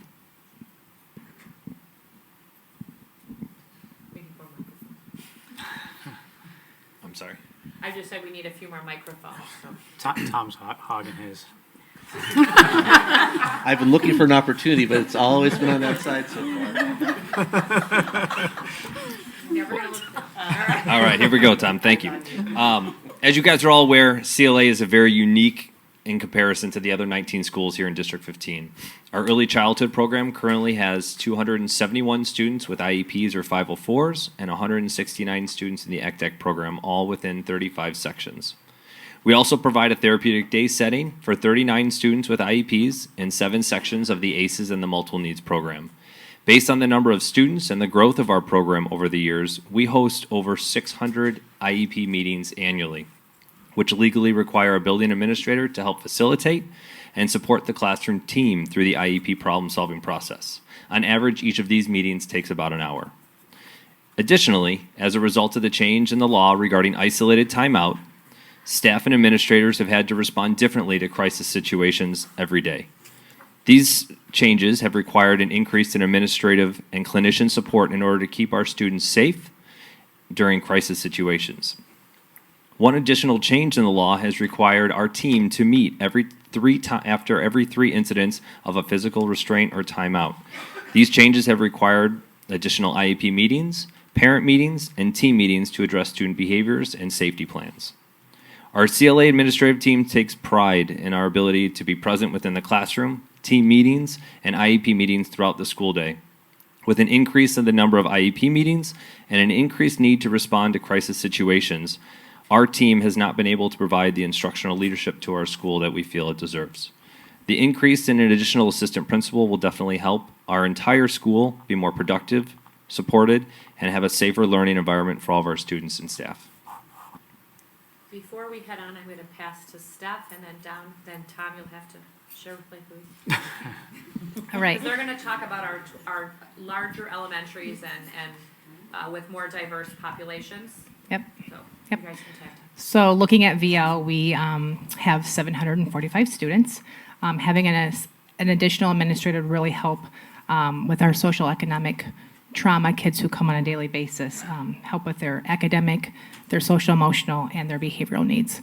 We, since August, have been on over 100+ crisis calls that the admin team has really tried hard to respond to, supporting our CPI team with, like what Matt said, taking notes and then having a turnaround of that compliant paperwork that we have to do, following up with parent meetings, revising behavior plans or safety plans.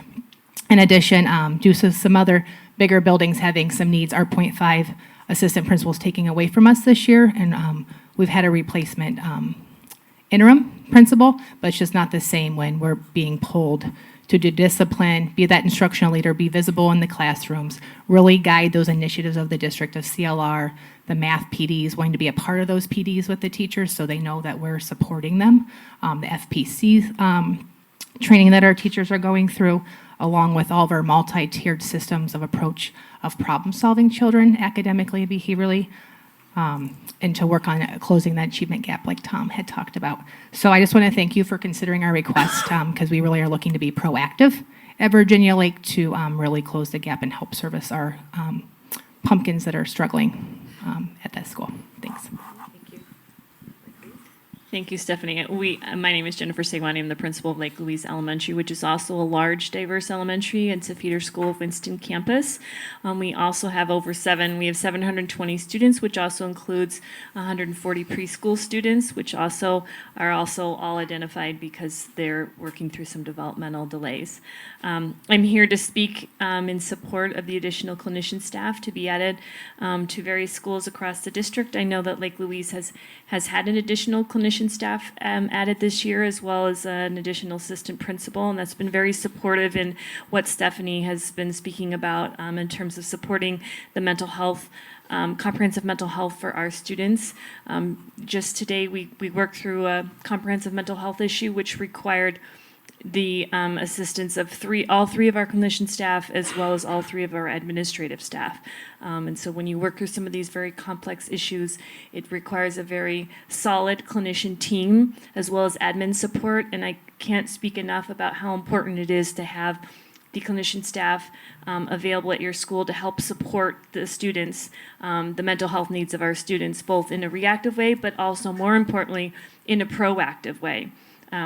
We are really trying to address our students' needs with restorative practices, as well as the CLR practices that we're putting in place, as well as social emotional learning. And we need to be appropriately staffed with clinicians in order to be able to do that. So I'm going to pass it. I have two teachers that have come with me. They are two of our special education teachers, Kelly Detloff and Jamie Rocha. Hi, sorry. I'm here to just thank you all for all you do, but also this is our first year at Lake Louise having an additional AP, and it has been a godsend. Like we were talking about it, it's just to have that staff, the resources for the kids, even us as special ed teachers, not being pulled from instruction to have to deal with the crisis situations on a daily basis is huge for those kids as well. Having additional administration staff also helps with the process of like the special ed department, like that area that requires a lot. So someone's there full time for us to kind of go have these meetings when this happens.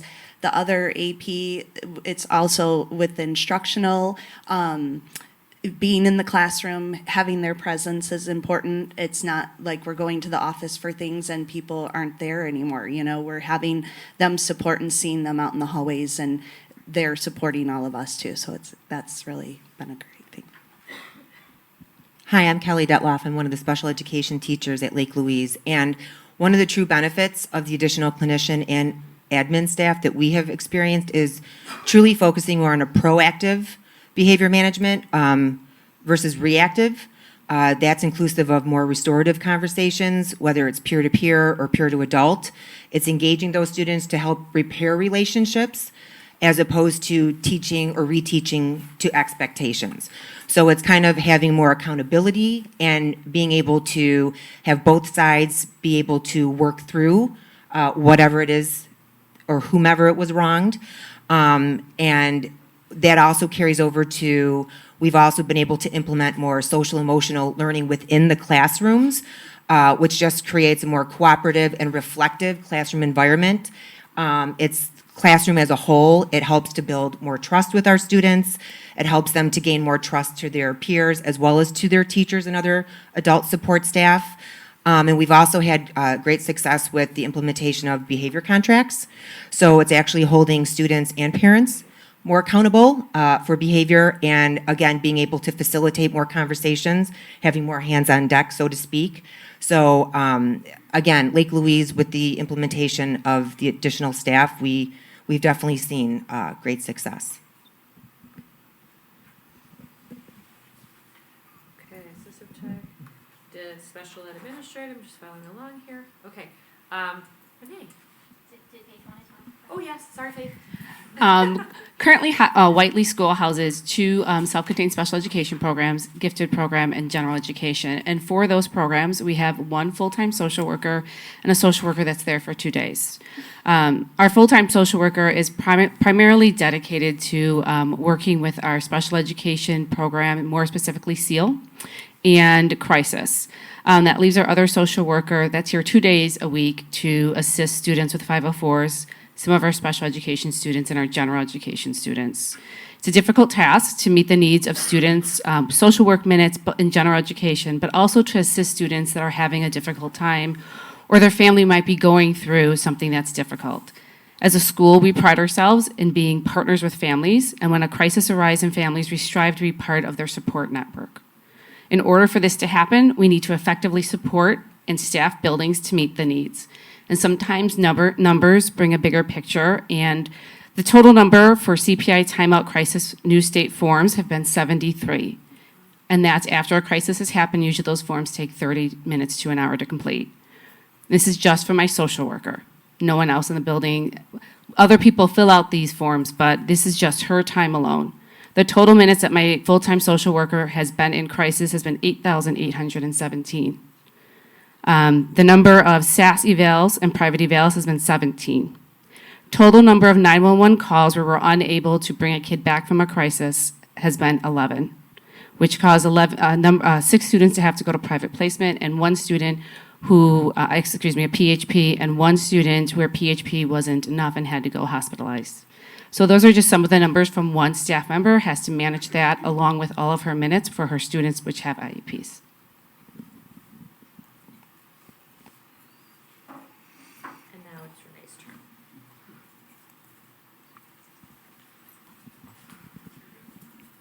Okay.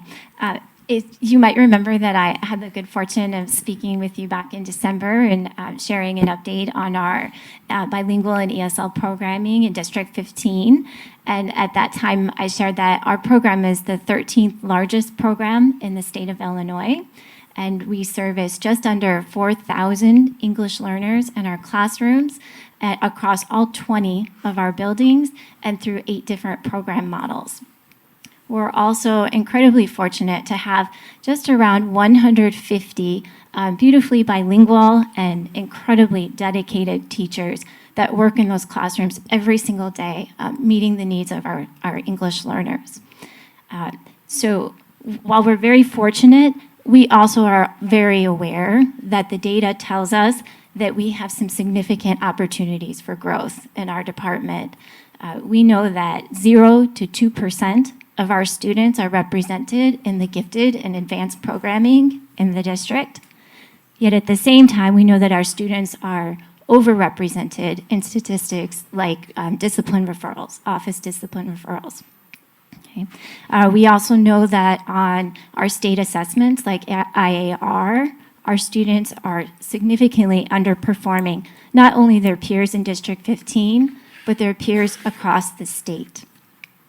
When we look at our 8th grade data, we know that those students that are taking the PSAT, for example, who are former English learners and current English learners, are performing well beyond or below their peers. And that's a measure that can indicate real readiness for high school and for college and career. And then when we look at the other end of our spectrum at the most foundational years in kindergarten through second grade, and we look at our own internal data, in particular in our one-way dual language classrooms, which we have 33 of, and we have just over 500 students in those classrooms, we see that less than 50% of those kids are ready for the next grade level already in those foundational years.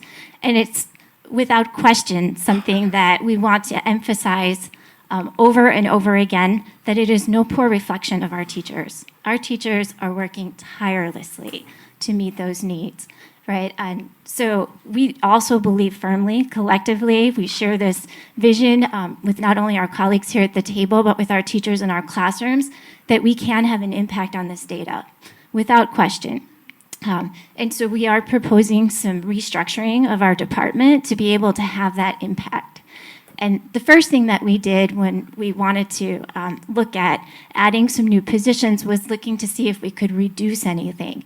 And we did find that we could reduce 1.5 FTE with our bilingual facilitators. Now, in exchange for that FTE, we would like to advocate for 2 bilingual curriculum coordinators. And the job of those curriculum coordinators would be to design or to develop and implement a curriculum that is very similar to Fontes and Pinnell classroom in those K-2 classrooms that we have 33 of across the district. So currently, those classroom teachers have not received the same resources that their general education peers have received for instructing literacy, and that's because the Fontes and Pinnell does not exist in Spanish. So we know that we would need 2 curriculum coordinators in order to be able to write that program, right? And to develop it fully and meaningfully, and to provide the same level of professional development that has been provided to our general education classroom teachers. It's been super well received by them, and we know that it would be equally well received by our bilingual teachers. In addition to that, we'd also like to advocate for one change in administrative support. So currently we have a ratio of about 1 to 2,000 with our administrative staff, because we do have 4,000 English learners. We'd like to take our 2-way dual language coordinator, who has a very specific focus right now, and we would like to change that position to a more global focus across all 8 of our program models. So that would involve changing her status from a coordinator to a director. And we'd like to maintain the position that we have for our assistant director, and we'd like for that to become a director position, which ironically enough will be a decrease in pay, but it will be a different title for that person as well. And then we believe with 3 people in charge and a much smaller ratio of about 1,300, students to staff member, and then with a ratio of about 6 to 7 buildings for each of us, we'll be able to much better support our administrators and our teachers in our classrooms, and really be present and be able to support the work that they're doing day in and day out for our learners. And I'm going to ask my colleague Lisa in HR to explain a little bit just about the price that you see, or the salary that goes along with that 0.5 increase. It looks a little awry, so I'd like her to explain, because there is a reason for it. So. Yeah, why don't we do that all at the financial part at the end? That sounds great. So Colleen, you have the mic, you're primed and ready. Tom gave it up. So we've been talking a lot about things that are happening every day in school, and I think one of the things that comes up a lot is school is different now. Schools are not the same way they were when we think back to when we were in school. If you just think about the way that you drive to work in the morning, how everything is different, what you have available in your car, what everything looks like on the road, there is no way that our worlds have changed so much outside of schools that schools would resemble anything similar to almost what they did 50 years ago, and yet often they do. Everything that we're talking about right now that we've been going through is helping students to be able to access all of the teaching and learning that they need. With the social emotional needs, with the language development, all of those pieces. As we're making sure that they are available for learning, the most important piece that we are going to make sure that we reach every student in our widely diverse population is to increase the effective efficacy, which is all about teachers working together, knowing what they teach, how they teach it, No matter what resources we have, it all comes down to what do the teachers know how to do, and it is a constant movement. We are comfortable in technology with every update, 10.1, 10.2, yet we need to continuously do that in education. So as I'm thinking about all these buzzwords, cohesiveness, effective efficacy, we think all about like thinking about coaching SEL, widely diverse populations, the magnet that I talk about. I thought teaching hospital. We all want to go to a teaching hospital if we're sick. When we think about instructional coaches, the bottom line is this. If we really want to realize the success for every student in our district, coaching is not an option. If we don't do it, we're not going to see the growth because we have to have embedded, ongoing professional learning for our teachers with our students in context, not training outside all of the classroom, but in it that really propels, it has a massive effect on achievement. It's what Renee was just speaking about, is making sure that we have that for our bilingual classrooms as well. So we're asking for 3 additional coaches to make sure that every one of our title schools has a coach, an instructional coach, which is working in both literacy and math and across, and it is a safe zone for teachers to really like hone their expertise, and it is constantly in development. So as I said, the bottom line with all the buzzwords is, the truth is, if we don't have the coaches to do this work, we're not going to see the effect that we want to see with students. Megan's next, CLR. I think you guys all know what CLR is, so I'm not going to go into a long explanation of it, but you do know also that you've made a significant investment in CLR in our district, and I know that there are a multitude of principals sitting behind me who will stand testament to the fact that it has drastically changed their schools and their students' ability to engage in classroom activities and to participate fully in their education. What we need is to reduce the cost. It's extremely expensive to continue to contract with TCM, to have outside coaches pushing into our schools. As good as they are, there are other things that we need to be spending our money on. So you have an attachment in your memo that details how the inclusion or the addition of having the current lab classroom teacher come out of her classroom and begin working as a second CLR coach. So we'd have 2 for all 20 of our schools. All 20 of our schools are going to be trained in day 1 and day 2 and ready for coaching by the end of the 2021 school year. I can't have just 1.0 person serving all of these schools and doing the coaching that currently we're spending a lot of money on. And it's good coaching, but what we need to do is to be able to build that internal capacity. So though we would be moving someone out of the classroom and having that expense, you can see detailed in your memo how that over the next 3 years will reduce our costs to TCM down to 0. So I think it's pretty self-explanatory. The results that we're seeing are really good, and I'm super excited to have the rest of the schools coming on board. Okay. Colleen, you did literacy. But there's, we're talking also about increasing a literacy coordinator. And the reason for that is because with the literacy coordinators, they are supporting everything from reading intervention, reading specialists, to also all of the non-title schools with all of their professional development and embedded learning in their schools with literacy.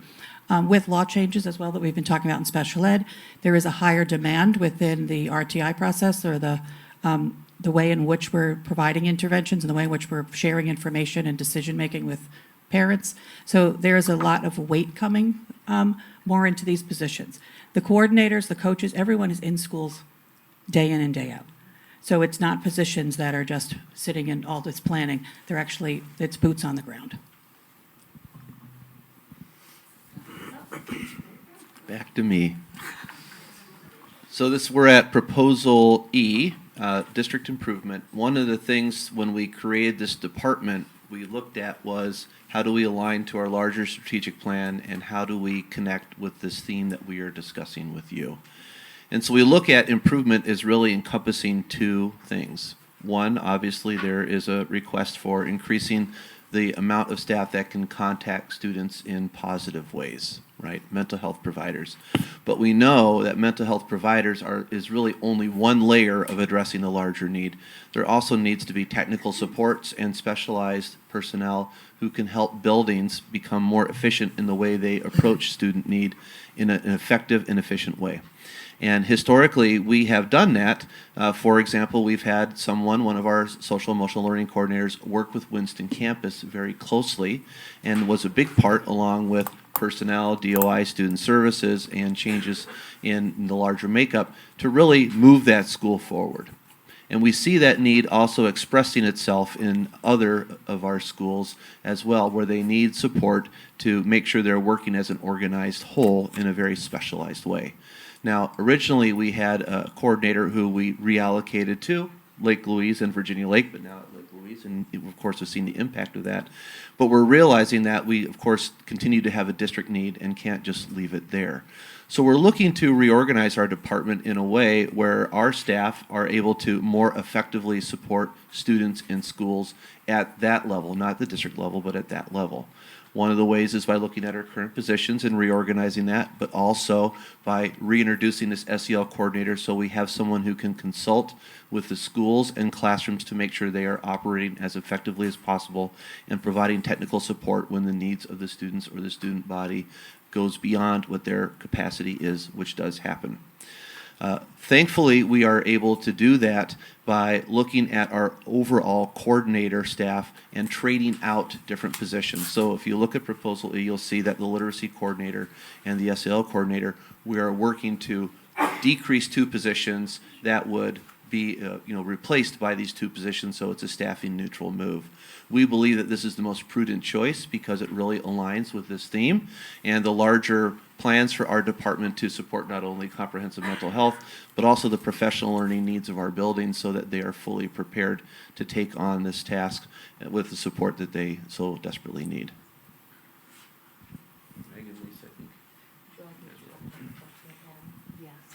Okay, so I'm gonna just interject for a second. Lisa and I received an email, I think maybe the whole board, received an email from a community member expressing some concern and wanting just a little bit more information about why we would be decreasing 2 instructional technology coordinators at this time, seeing in a district of this size that we only had 3. So there's kind of 2 paths I'm gonna walk down to explain it. So one, we look at it as we're really only decreasing by 1 position and potentially not even because, if you remember, back in the fall, you approved for there to be a director of instructional technology and innovation, for the first time in the district. That person was not able to join us this year because their board would not let them out of their contract, so they're going to be coming to us starting July 1.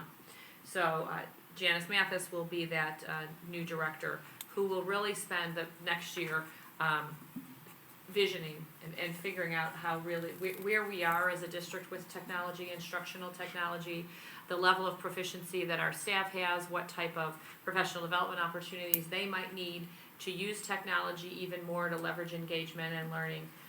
We started with the Bright Bites this year. Staff participated, students participated, so we have a strong data source to support where our staff are strong in technology and feel confident and where they would like additional support. So Janice is really going to help drive that work. She really is going to help us engage deeply in a future-ready framework study when we think about that innovative piece of what we offer or don't quite offer yet as a district. So she will be doing a lot of visioning, visiting schools, interacting with teachers, getting to know the landscape. One of the instructional technology coordinators positions of the 3 that we have will remain Janice's counterpart. Long range vision, it would be to then, and Lisa Nuss is working on this, and she will be partnering with Janice, is taking a look at our LRCs. They're open at the junior highs full-time, they're open at our elementaries 2.5 days a week. Are they maxed? Are they busy? Do they have the right job description? Do they have the right curriculum? Can they take on some of that technology work at the building level? So that is, something, as we look at future ready and becoming a future ready district, they have a future ready librarian curriculum that we're going to be investigating. So a lot of the work we're going to be doing with technology next year will be kind of discovery and planning and really developing out their own almost strategic arm of our plan that connects back to the larger strategic plan.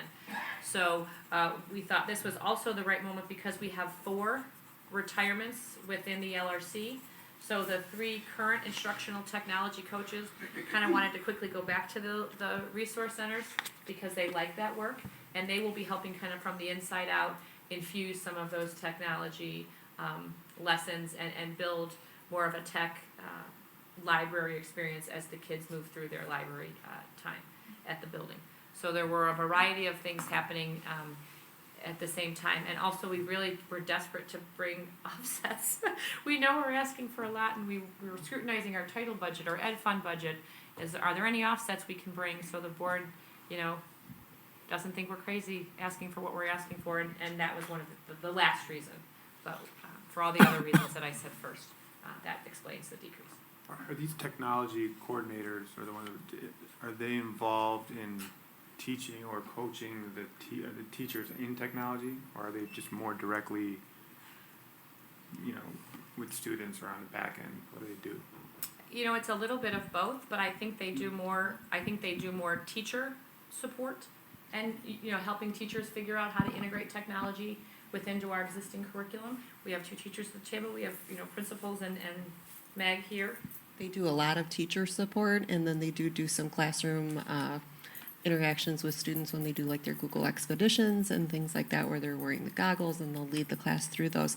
One thing that they have been instrumental in that I think goes, should not go without saying is our implementation of Infinite Campus would not be where it is today without those individuals really helping, especially in the transition with Dr. Barbini having left and making sure that we had a smooth start to the school year. I think Tom will agree that they were instrumental in making sure that we hit the ground running. Some of our principals as well. Yeah, that was exactly what I was going to say. And also, if you can imagine 3 people trying to support 20 buildings, you're spread really thin between 6 to 7 buildings apiece. So it's difficult to really make an impact. Our hope is that if we infuse that philosophy and that instructional technology support in each building through our LRCs, then you could have even at a 2-to-1 ratio, a much better impact on teachers where you're with them on more a consistent basis. And the Infinite Campus, the rollout was going to be far more impactful than ongoing needs. So while we did need them tremendously at this time, it was a good time to pare back, and it was one area that we thought we could decrease. Okay, so Tom and Mike, or not Tom, looking at Tom, Mike and Corey, who are sitting out there waiting.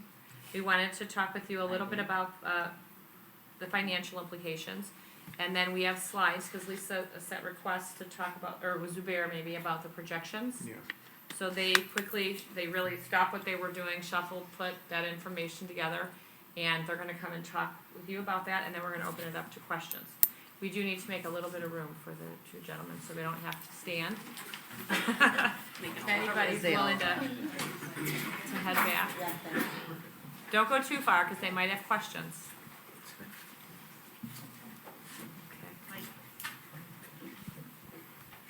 Did you learn, Lori?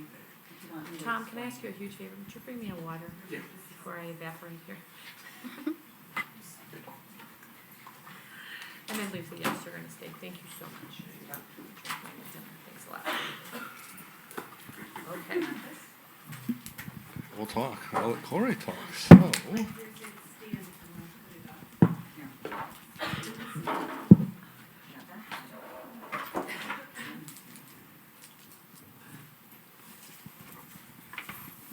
okay, good evening.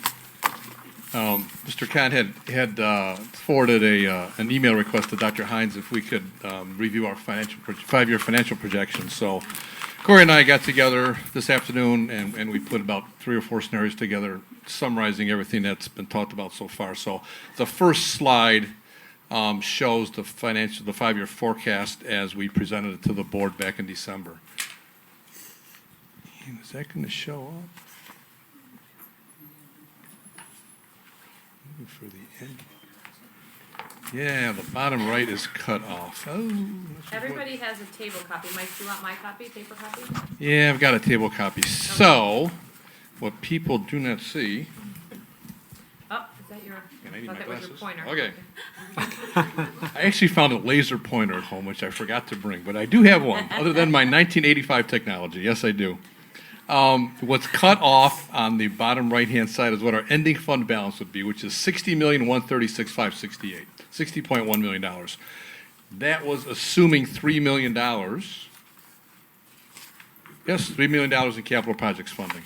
If you go to the next hard copy that you've got, you can see we yellow highlighted it, $10.732 million in 2021.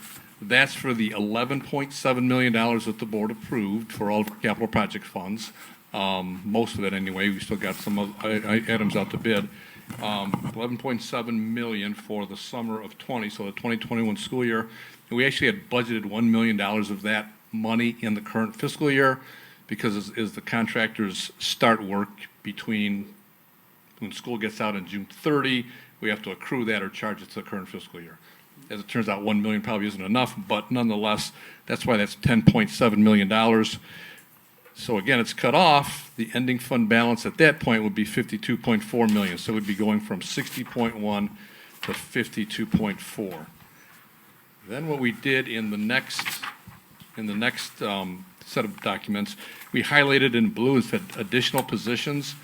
That's all the positions. So we started in 1920. Some of the positions that were added after the board adopted the budget in September, plus all of the funding requests. And what we've done is when most of them came in the 2021 school year, we increased those by 3% per year out to 23-24.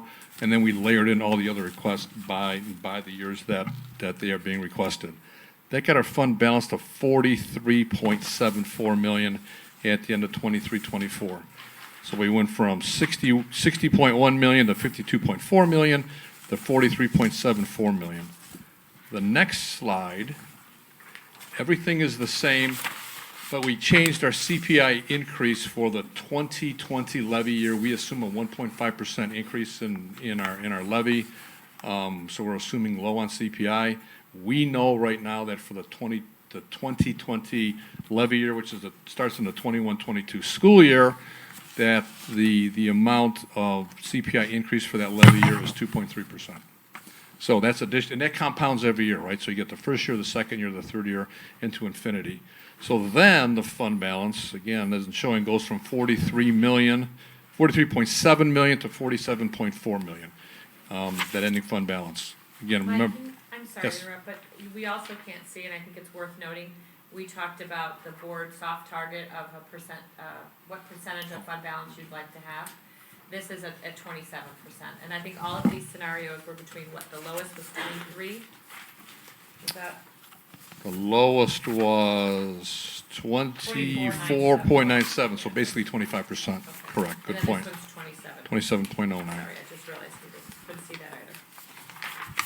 And then we talked a little bit about borrowing and being able to borrow for health, life, safety projects. I know Liz Hennessy from Raymond James was here earlier this year, talked about borrowing. The district under its DSEB, its debt service extension base, could issue up to $10 million of bonds. I guess one good thing with all the financial turmoil right now that's going on is money is cheap. It's a good time to borrow. The Fed cut basis points by 0.5% or 50 basis points just this past week. And as we read, they're talking about another 25, 50, 75 basis point. A basis point is 1/100% by the end of the year. So maybe the Fed funds rate by the end of the year could be as low as 0.25% or 25%.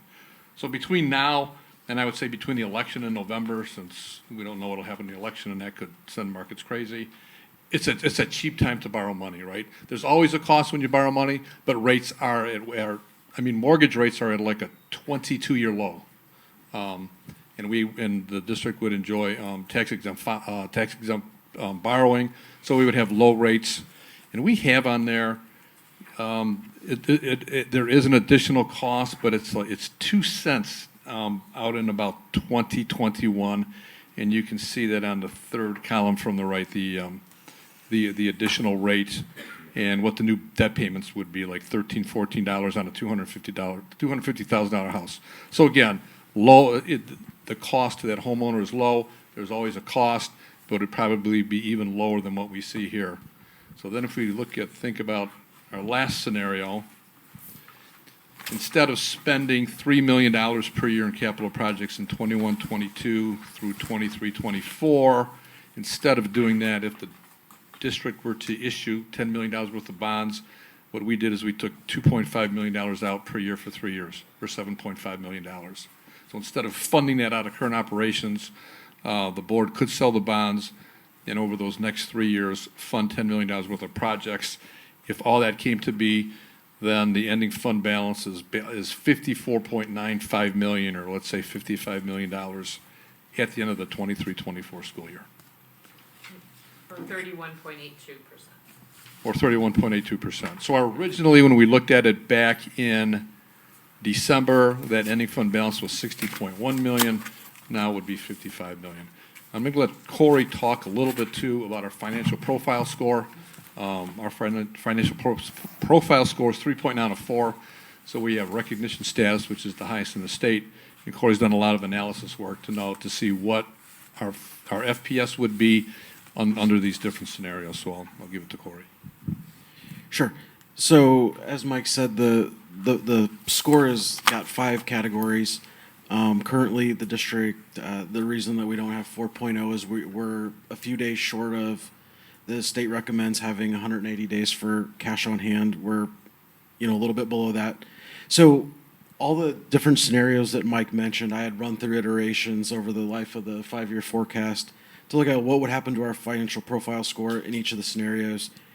And in each of the scenarios, we would still maintain recognition status, which is a really good thing. There's, as of the most recent year, there's 851 school districts. 85% of them are in recognition status. So, while it's not the end of the world if you were to ever drop down to the next status, you would have to just be aware that, it's something that, people might point out as, why aren't you one of the 85%? Some of the other things to, as Mike said, the things to consider is in the out years, as fund balance may drop down closer to the 25%, that's one of the thresholds that the state uses. That would be a potential category where we could drop down and potentially hurt our rating in future years. But as long as we, kind of use the 25% as the target to stay at or above, we should be fine.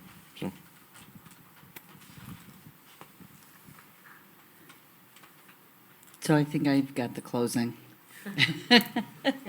Kind of left me with that. I do think it's important. We have a for lovely relationship that's really cute. Oh, yeah. Yes, we do. Yes, we do.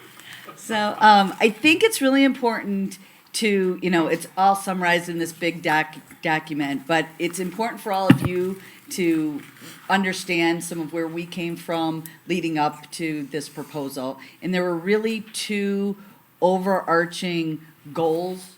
Although our overall goal is to always deliver the best service to kids, we really try to keep 2 things in mind.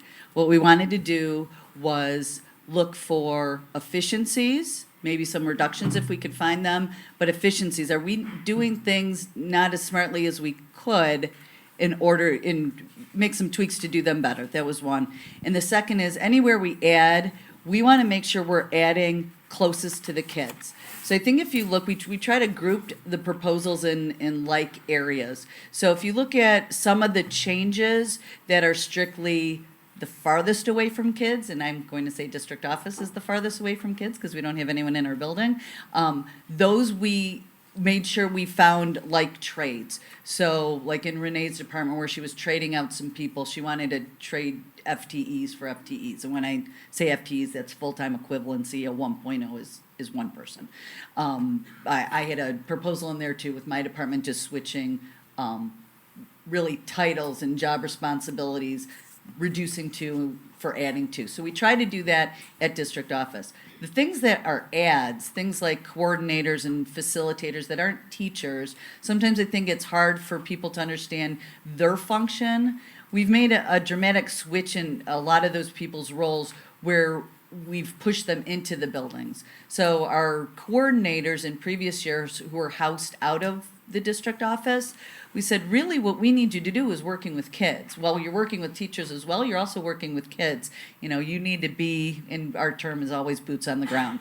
So those people they don't even have a desk anymore at district office, so they're forced into those buildings. So even in their times when they're working on more administrative types of tasks, they're in a building and more accessible to kids than if they're out of the building. So those were our two premises. I think you could see the proposals chunked out, but there's a few that I think that need some highlights. So if you go to Proposal A, we gave a little more details on that. So there were two charts. So I'm looking at that second chart, and I think this is one that goes to efficiencies. When we're talking about staffing, we've looked really at staffing neutral year to year. So we took our clinical staff, people who address our comprehensive mental health services, and wherever the needs were, we took the number of FTE we had and divided them up. So a lot of times what you'll see is if I'm a full-time psychologist, I don't service one building. Most times I'm in 2, maybe 3 buildings. And that is one of the inefficiencies that we identified. If I'm one person in 2 buildings, those 2 buildings, even if it's split 50-50, don't really get 50% of that service. There's lag time in just the logistics of packing up and leaving and trying to figure out what happened when you left and trying to manage when you're gone in the building that you're not there. So the details under Proposal A were really important because what we did was we took away bits and pieces, and those are what I would call the odds and ends of their FTE, and then you'll see when it says clinician at a 1.0.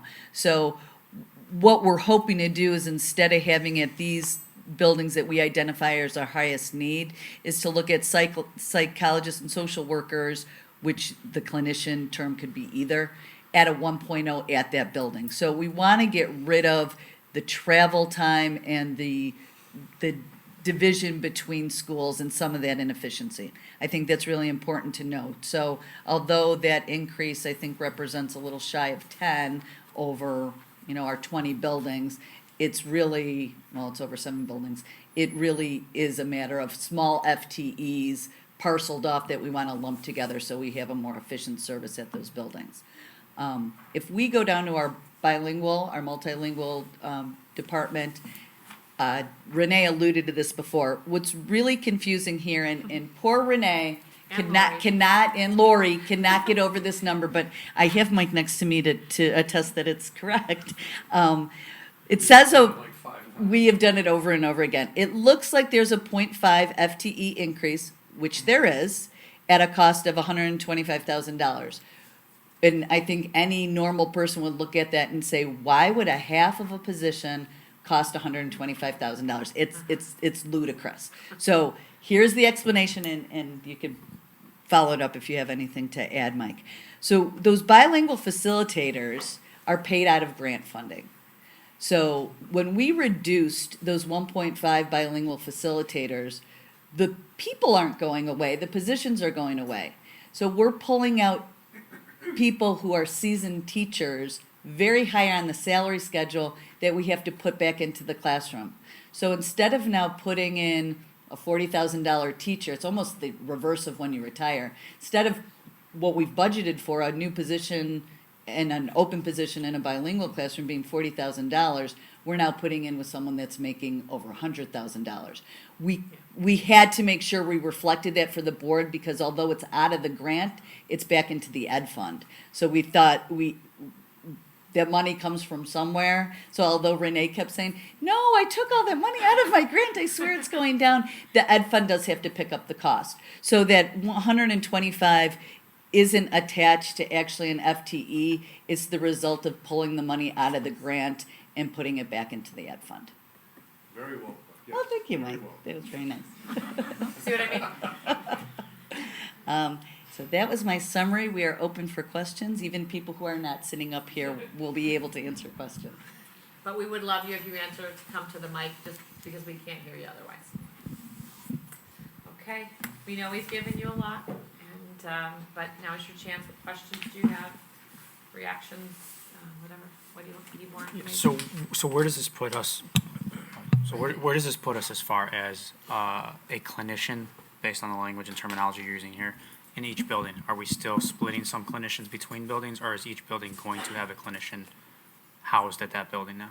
No, right at this next school year, we would not have full-time clinicians at all our buildings. We identified our neediest buildings. Sue Gehring from Student Services tiered those. I think that was in part of the report. We took those top buildings, and those are the buildings that we want to have full-time clinicians. The ones that are listed in the report are the only ones that will have the full-time clinicians? Yeah. Okay. Winston campus does have a full-time psychologist, but most of the other buildings are sharing psychs, and some are sharing social workers.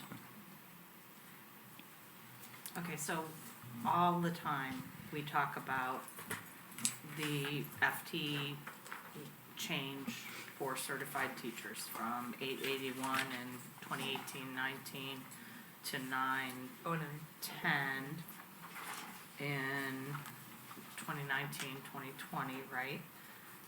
If you look at that same number for administrative staff, what's my FTE number on administrative staff base?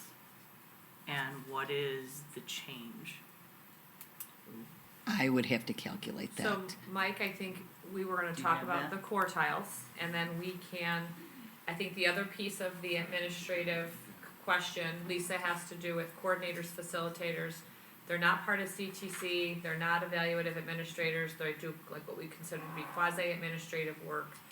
So, Yeah. Basically, Right. a head count change. What's the head count change? If you eliminate certified personnel from that head count, you don't count the, groups SBA, SEIU, if those are not included in the head count. And you Correct. look at people exterior from that are simple head count. Yeah. What's the delta in my head count over the years? I would have to calculate that. I would have to go year by year and count our FTE in terms of administrative staff. I could Yeah, back I'd out our love to see that. our CTC staff. I could do that. sure. Do we include clinicians in that count, just to be clear? Clinicians should not be part of, so there's two types of. I think you can subgroup them however you Yeah. like to Okay. subgroup them to make it make sense to everybody, but. Okay. Well, You know, yeah, Make we. sure we're clear on how we Yeah. have them. So, well, I could tell you my definition, and if Right. we want to define it differently, that's fine. So there's certified staff members. They can only be in two places. The state and our bargaining units have us in two places. You either are called an administrator or you're called a teacher. Psychologists, social workers, speech and language therapists are all considered teachers. They're bargaining unit employees, all contained in that FTE. If you're not a teacher and you're certified, then you're considered an administrator. So whether it be district office administrators, principals, coordinators, Lori was talking about coordinators being quasi-administrators, meaning they don't serve some of the same roles as an administrator may serve. They're not evaluating. We actually report them differently to the state. They're non-evaluative administrators, but they wouldn't be considered CTC members. So if I hear what you're asking correctly, is the certified staff members not CTC? And Then you want that administrative count. versus non-evaluative administrators, I think is a critical difference in where the line may be blurred. We In could your break minds those and the out. minds of others, I think that's a clear way in which to report it. Because if that's how we report it to the state, I think that's a great way to report it. And then start using that same nomenclature when we talk about these groups.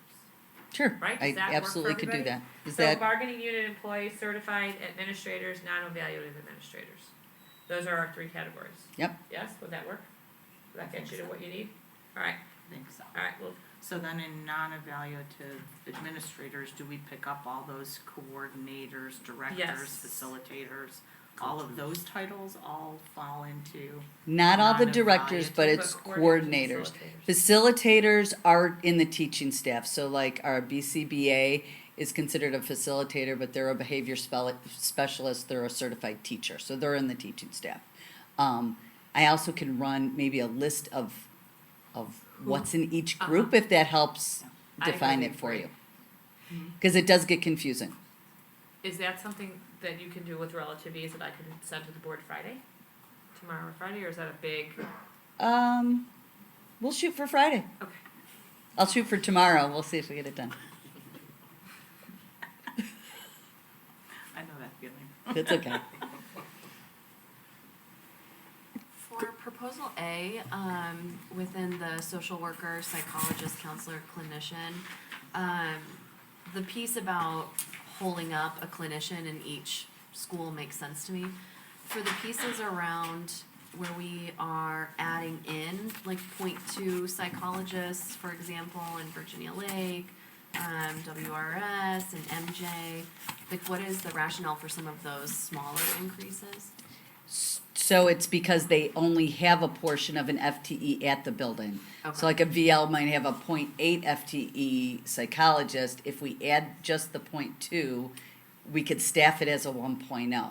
Got it. Now, that'll have a Okay. domino effect in other buildings, because I'd taken a .2 somewhere unfilled and attach it to someone or post it or Right. whatever. Okay, perfect, thank you. Does that make sense? Yeah.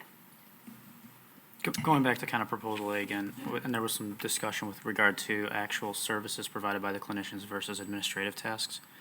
Do we see that the increase in the clinician is still going to provide not enough therapeutic services and will still keep them in an administrative function as opposed to providing services that the students may need under the SEL and CLR push that we're trying to make? Do we see that they're going to be providing services based on their certifications, LCSWs, LCPCs, therapists, whatever we staff them with? Will we be able to staff at the level properly that we need from a therapeutic services standpoint with what we've proposed here? I'm gonna have Meg answer that question. Will be significantly closer. Okay. Yes, we're not there yet.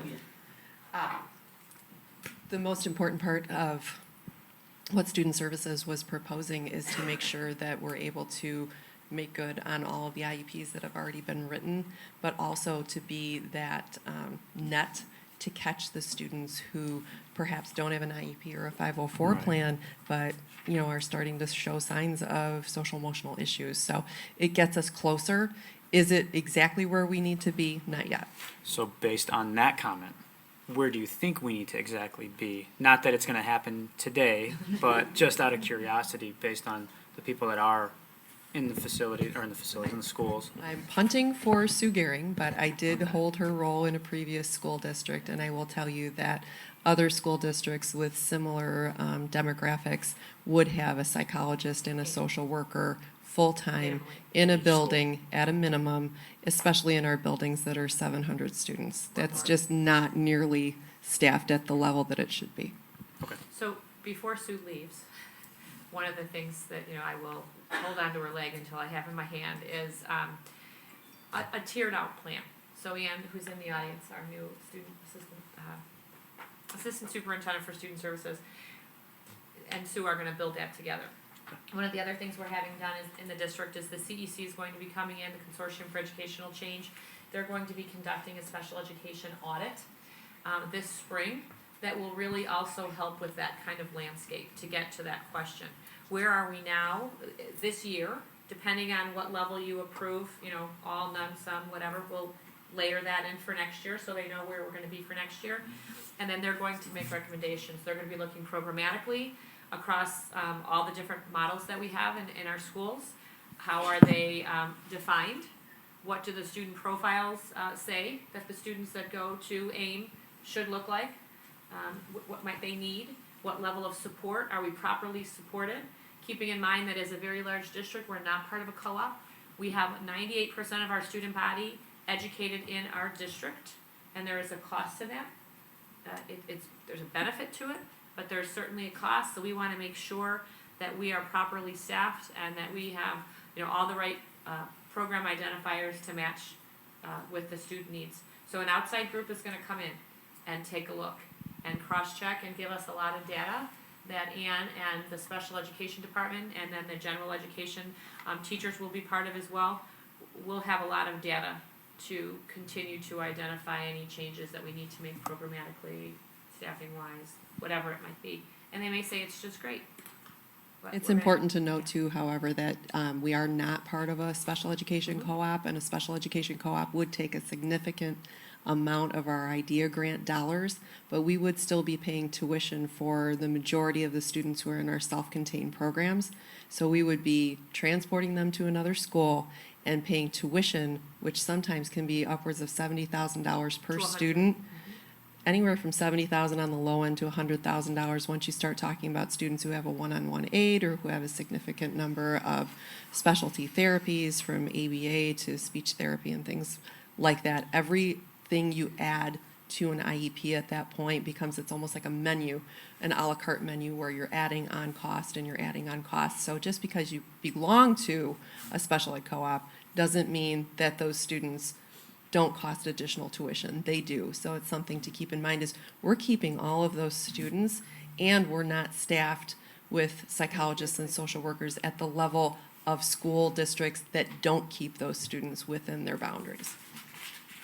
So if we talk about projections, then going to Mike's question about being fully staffed, if I look at this, which you prepared for me with the additions of positions from last year, the year prior, moving forward, the proposal for additions in 2021, 2022, and 2022, 2023, is the addition of those positions put us fully staffed? I would say that that document, any farther out than, you know, the 19, this year and into next year, I'm comfortable with where we are. Anything beyond like 2020 to 2021, 21 to 2022, I don't know that these numbers have really been vetted or very deeply discussed. So we don't know what's no, coming. I don't know. Do you know the document that we're talking Yeah, about? those numbers There's were- just a handful of placeholders, but this isn't the full. Those were the numbers based on Sue's projections. Right. That was the best we had to go on.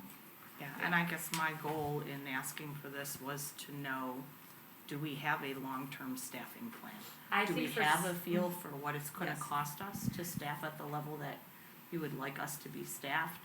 Do we know what those recurring costs are gonna be, what the increases on those costs over time?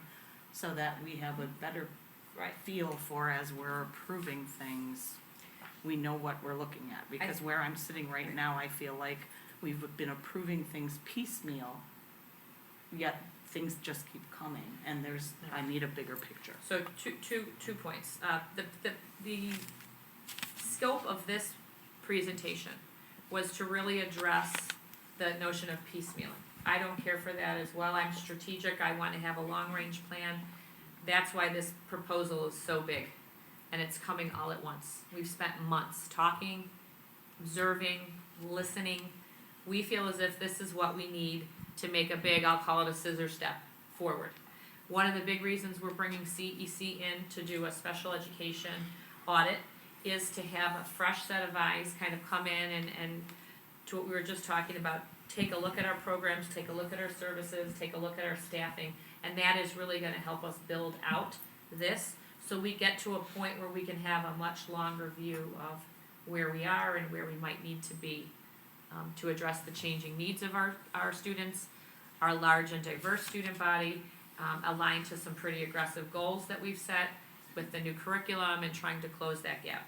So this is what Sue's thinking for these next couple of years, but without the data from the CEC, we're gonna have a new administrator, new set of eyes. She's currently working in a district that has, you know, a co-op. We'll be able to flush this out, but it's gonna take us time to do that. It's taken us about 6 months to get to the point where we feel comfortable with what we're proposing tonight. But we're not fully prepared to say what else we might need. It might be more, likely it'll be more clinicians and more coaches in our schools. How many coaches do we have right now? So we have 3 literacy coordinators, we have 8 instructional coaches. And then one, including CLR. And a CLR coach. And then, you know, ultimately what, bless you. Ultimately, the idea in our mind would be our larger schools, or certainly our title schools, should have at least 1 coach. But some of our title schools are smaller schools, so they might not need a full-time coach. Some of our larger schools, like a Winston Campus Junior High, might need a 1.5 coach. So we've got to figure that out. But if we use grant dollars to buy 1 coach out of title, we can't just give a non-title school the same. So we have to kind of figure that what that ratio is going to look like. Once the Funness and Pinnell and the junior high literacy rollout is complete, you know, in the perfect world, you're not a literacy coach or a coordinator, you're an instructional coach, and we would love to be able to assign 1 or more to all of our schools, because we really are There are a lot of teachers in each of our schools, helping educate, 5, 6, 700 students. And research will show you, if you look at Hattie, the largest effect that you can make on achievement is the power of a teacher, right? It's the impact of a teacher. Teachers get better when we provide them real-time professional development, when they have coaching, when they have current resources. So we know coaching is our other big area in which we want to grow into. And then our ultimate goal would be not just literacy, as what somebody said at the table, you can coach around math, you can coach around literacy, you can coach around technology. Our coaches go through phenomenal training, and they're primed and ready to just coach with whatever teachers need coaching around. We just don't have enough of them to go around.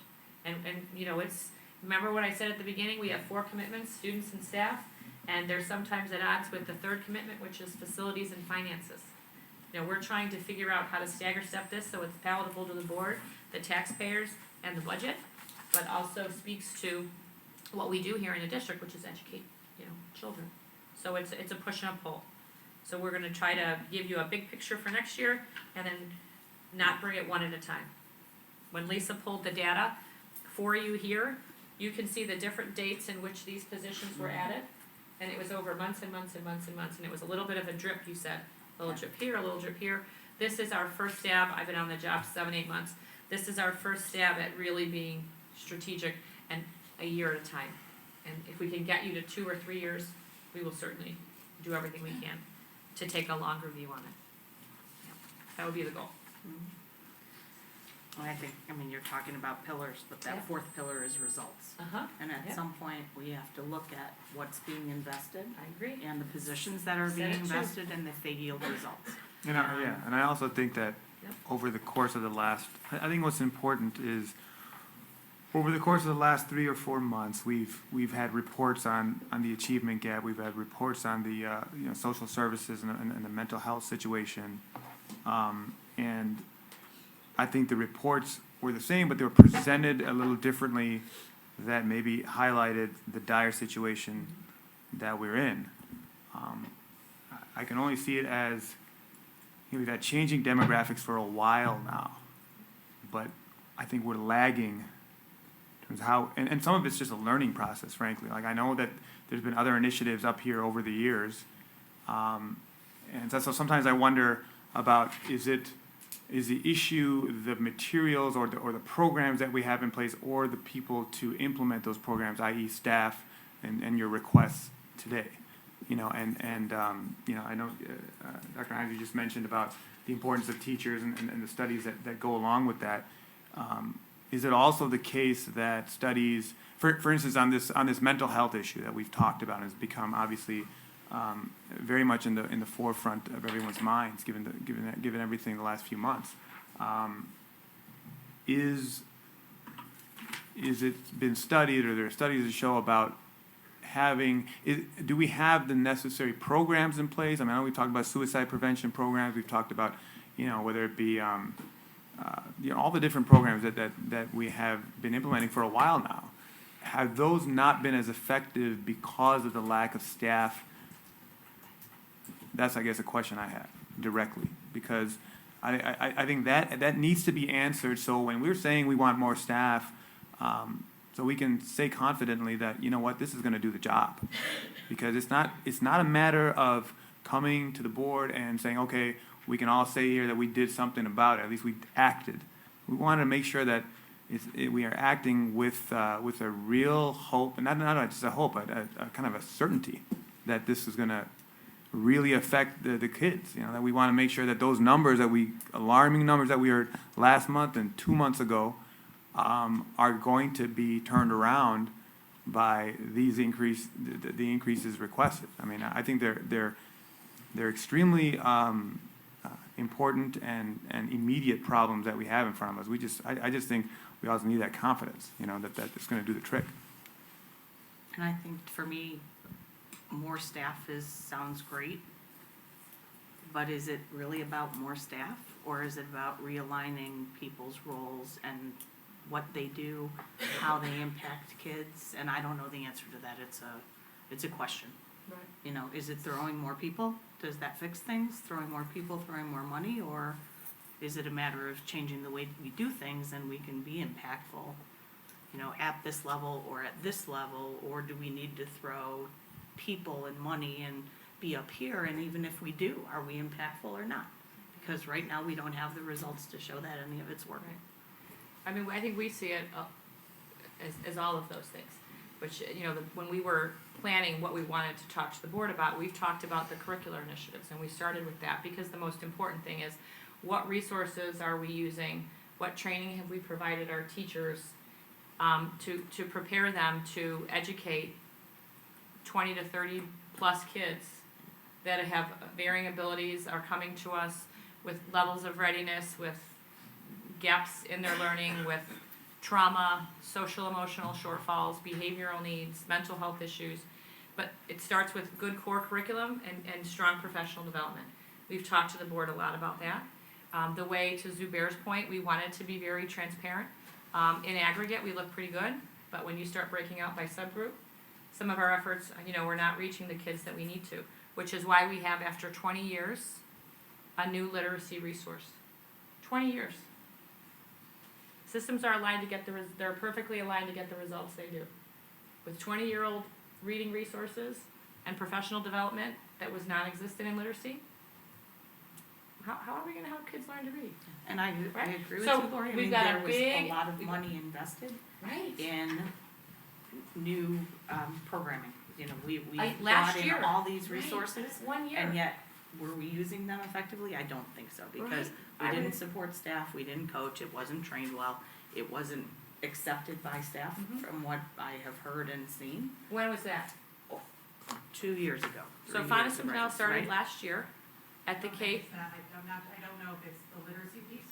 I think it's other curriculum areas. It's just in general, yeah, curriculum in general. I think the general feeling that we've invested in curriculum and those curricular resources, it's one thing to buy something, it's another thing to effectively use it. Agreed, and I think So- with Fauna And I think there's Simpanel, been a lot of yeah. effort to make that happen in the last year, and we start to see the Fine, results. come to the mic, please, Yeah. otherwise we're not gonna be able to pick you up.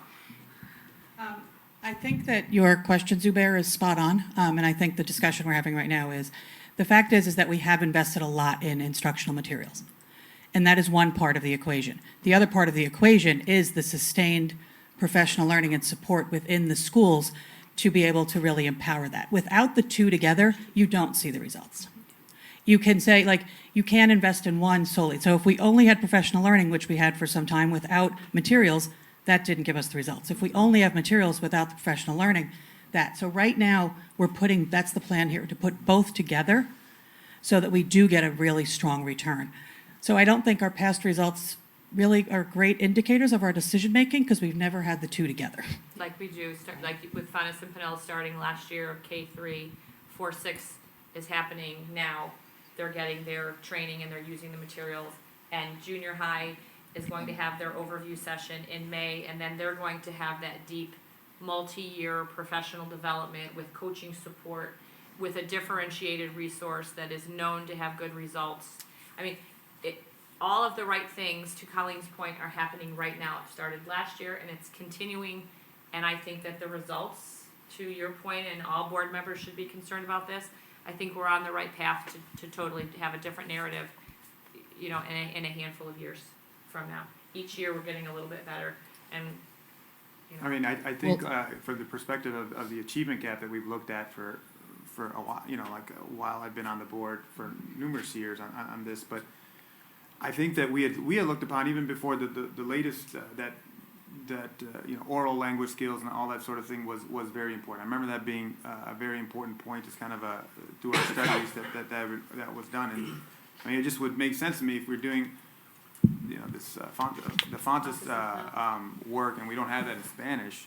I was actually pretty surprised hearing that today. That I guess I should have just. I mean, I guess the question just. Frankly, the question never came up. You know, when we talked about that. Well, there's some kids that are not going to use that. It just never came up, and it's part of our role as board members, frankly, to ask those questions.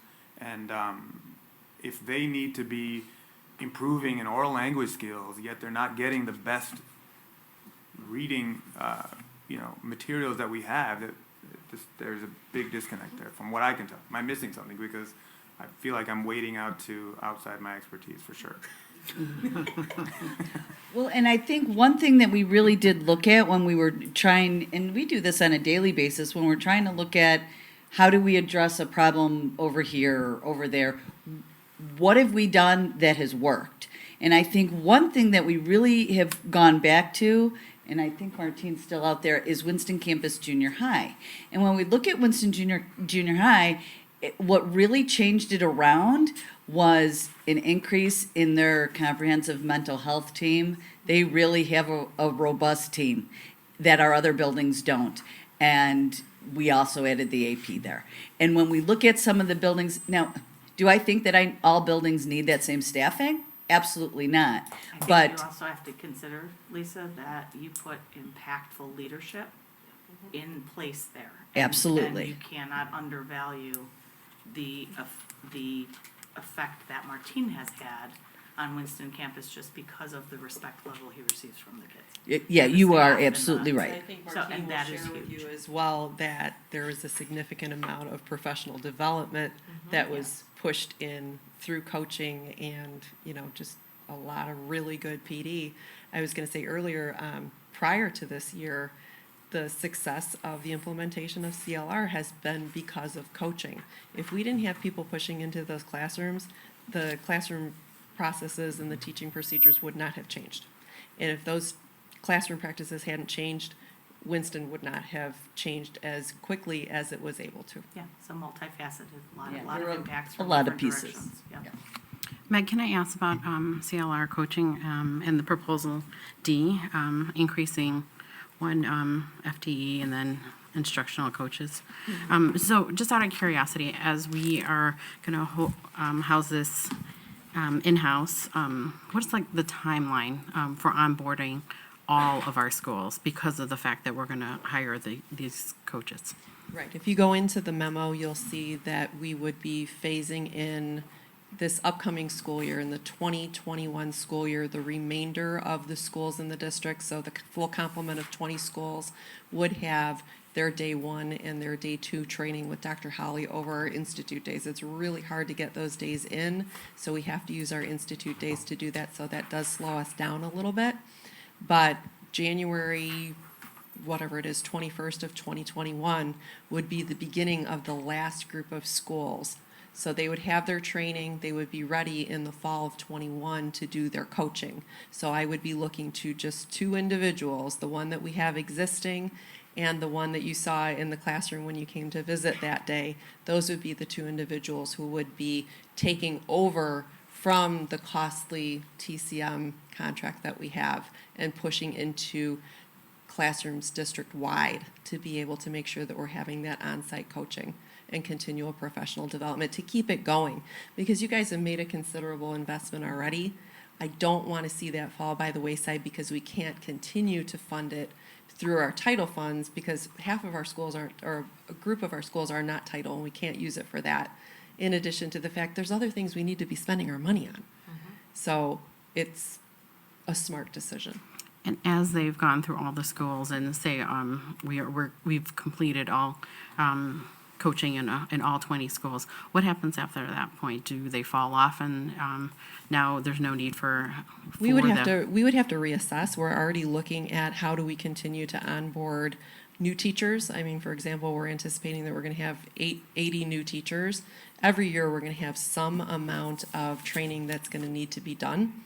So we're going to have to reassess that as the years go by, and there's always going to be some level of pushing in because we're always going to have staff turnover, and we're always going to need the opportunity for staff to refresh their skills, and there's always going to be new things we can be doing to make sure that our kids are engaged. So I can see them being involved on some level. I eventually see CLR being one of many things that all of our instructional coaches are doing. So all of them will have a hand in math, all of them will have a hand in CLR, all of them will have a hand in FONSIS and Pinnell. So they won't exclusively be CLR coaches for long, but eventually they would transition into being instructional coaches at a school. And that's, you've heard it, you saw in the presentation, the written report, that internal capacity building. That's, one of the big goals, and coaches help us do that.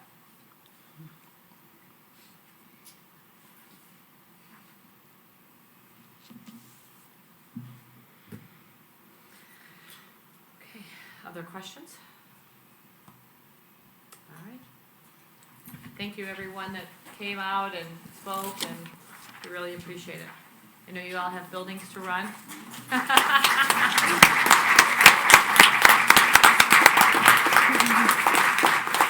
I know you all have kids to wake up to early in the morning, so if you want to leave before we finish the rest of the agenda, we won't be offended. Or you can stay. Take it Don't away. anybody get up. Yeah, not us.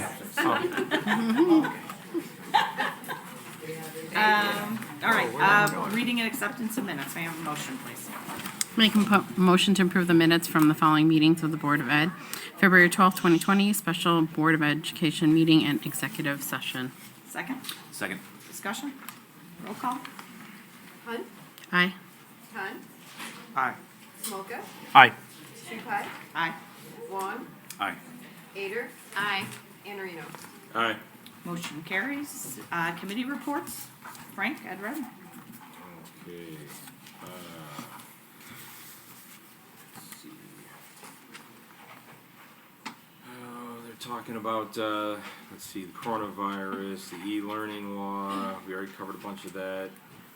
Looking at some TIF reform bills to, I think mainly what they're looking to do is tighten up the TIF requirements so that schools receive their money. What else stuff we got going on here? Interesting. Oh, so the changes that were made with regards to using seclusion and restraints, that's obviously had an impact on the way the schools handle kids with special needs. And it kind of swung the pendulum really far to one side. And so now they're trying to figure out how to kind of bring it back so things can actually run as efficiently as possible while still making sure the kids are treated properly. So there's some discussion in the legislature about that and trying to work out some modifications to that law in both the House and the Senate. So I think that's important. There's also a law out there that they're thinking about, a bill out there thinking about with regards to dyslexia screenings for all kindergartners. So they're trying to figure out exactly how that would be implemented, and there'd be a lot of extra screening going on there, which would be require more personnel. So that's something that needs to be looked at. Another bill they're looking at. What's the last one here? Okay, this one has to do with children reaching their grade level with regards to math, and having the law actually written so as that if a kid doesn't reach the level they're supposed to be at, they would not be able to move forward to the next, was for reading and math actually, be able to move forward to the next grade level. So it's kind of takes a lot of decision making out of the schools at a local level. So that's something that I don't think would be great for us. I prefer the schools handle that on their own as opposed to the state mandating whether or not a child needs to be held back grade. Those are the highlights of what's going on right now. Yeah, and not to mention it just flies in the face of research that retention is Beneficial. Yeah, so those are the highlights. All right. Thank you, Frank. 1-5 Foundation, Mike? Yeah, first, thank you all for indulging my tardiness. My son was crossing over from Cub Scouts to Boy Scouts tonight, so I was there for that ceremony this evening. So which troop? 182. I remember. Shout out to 182. 182, and PAC 348 uses Lincoln. So Lincoln School, PAC 348 is where he crossed over from. So 1-5 Foundation, we've got 50-50 raffle still going on. It is up to just under $20,000. The drawing will be held on Tuesday at noon. It will be Facebook Live, I guess would be the proper terminology. It'd be Facebook Live. So you can still buy your tickets up until Tuesday morning. I don't think there's an exact cutoff time yet when they're going to stop selling tickets, but the drawing's at noon. So get your tickets in. It supports blessings in a backpack and additional. Why do I always forget what it's called? Flexible Seating. For the Flexible LRCs. seating. Thank you. Flexible seating. Which we benefit from right about now. Yeah, but it does look nice. There's a couple schools that do already have it, so hopefully we can get that in more schools. It is a great fundraiser and a great opportunity to put some money in your pocket and also contribute to a good cause. So get your tickets by Tuesday, and drawing will be held on Facebook Live at noon. All right, thank you very much. Finance Committee? Got some good updates for you. It was such an exciting meeting. Yeah. So, been waiting a Must've been couple a really months. fun meeting. Wenda and myself and the Finance Committee met February 19th. Some of the items have already been tenderized and digested in this meeting, but just to kind of keep things going here. So with financing options, we had discussed on construction projects.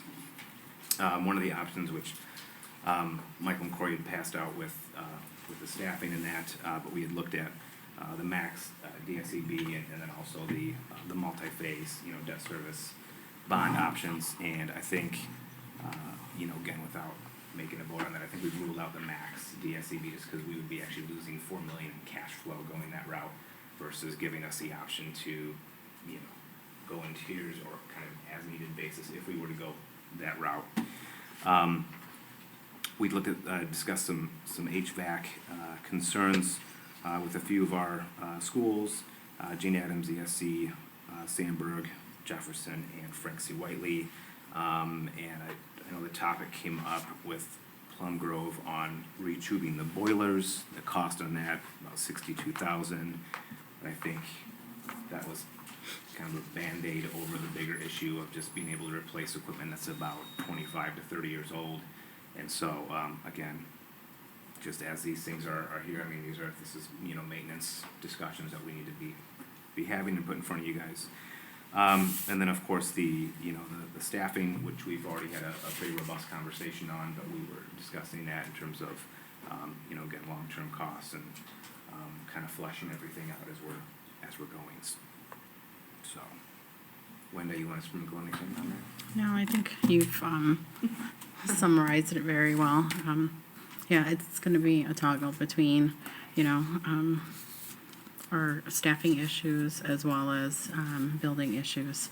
Certainly, we have to keep that in mind with every decision that we vote upon. Thank you. Any questions, comments? Equity Committee? You have no update. All right. Anything else before we go to action items? All right. Item 9.1, the approval of the personnel report. I make a motion to approve the March 11th, 2020 personnel report with the following recommendation. Recommendation for termination for Jacqueline Consiglio as presented. Second.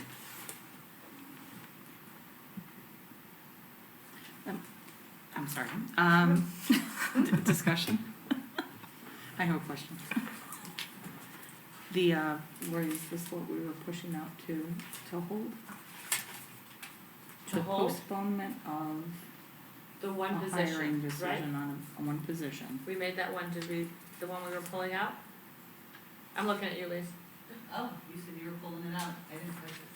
Oh, okay, well, we were gonna pull it out before you voted, because we wanted to have, I wanted to connect with each of you, because the email came in at just a time that we weren't gonna be able to do it. So, I'm just looking at my paper to see where it is. Cause we were just gonna postpone, it's on page 5 of 8, under the 3A non-certified. 1, 2, 3, 4, 5, 6 named down. We needed to have a follow-up discussion, so we'll pull that out. So when you make your motion, that'll be removed. Okay? Are you good with that? Page 5 of 8, 3A. That's under already non-certified. been removed, or we're amending the motion to remove it? We'll amend the motion Okay. to remove it. All right. Okay, sorry about that. I think she thought, Sorry. we each thought the other was doing it, so I apologize for not having it done. All right, so then may I have a motion to amend the original motion to exclude the replacement for June. Yeah, I'll make a motion to amend the 9.1 motion to exclude, exclude the position to Mary Graff. So we're removing that, so I amend the motion to exclude that line item. All right. Second. Discussion? Roll call? Khan, Aye. Smolka, Aye. Stupi, Aye. Wong, Aye. Ader, Aye. Anderino, Aye. Hunt. Aye. Motion carries. Item 9.2. May I have a motion, please? I make a motion to approve the March 11, 2020 administrative allocation request as recommended. Second? Second. Discussion? Yeah, I would just like to first just say that I'm enlightened to see that we're working towards clinicians at every building.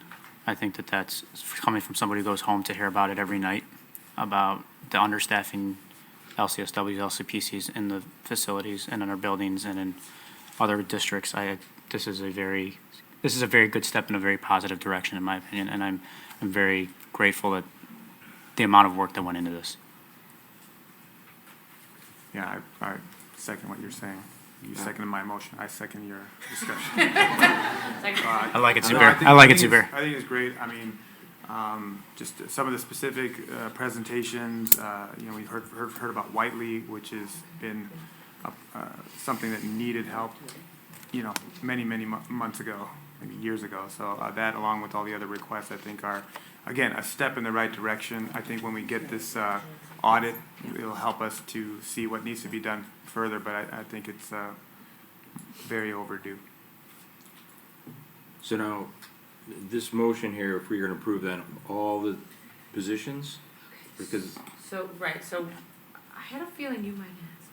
So that's kind of why we broke it down the way we broke it down. So you could make a motion to go for all of it, or you can do it by proposal, or portions of proposal.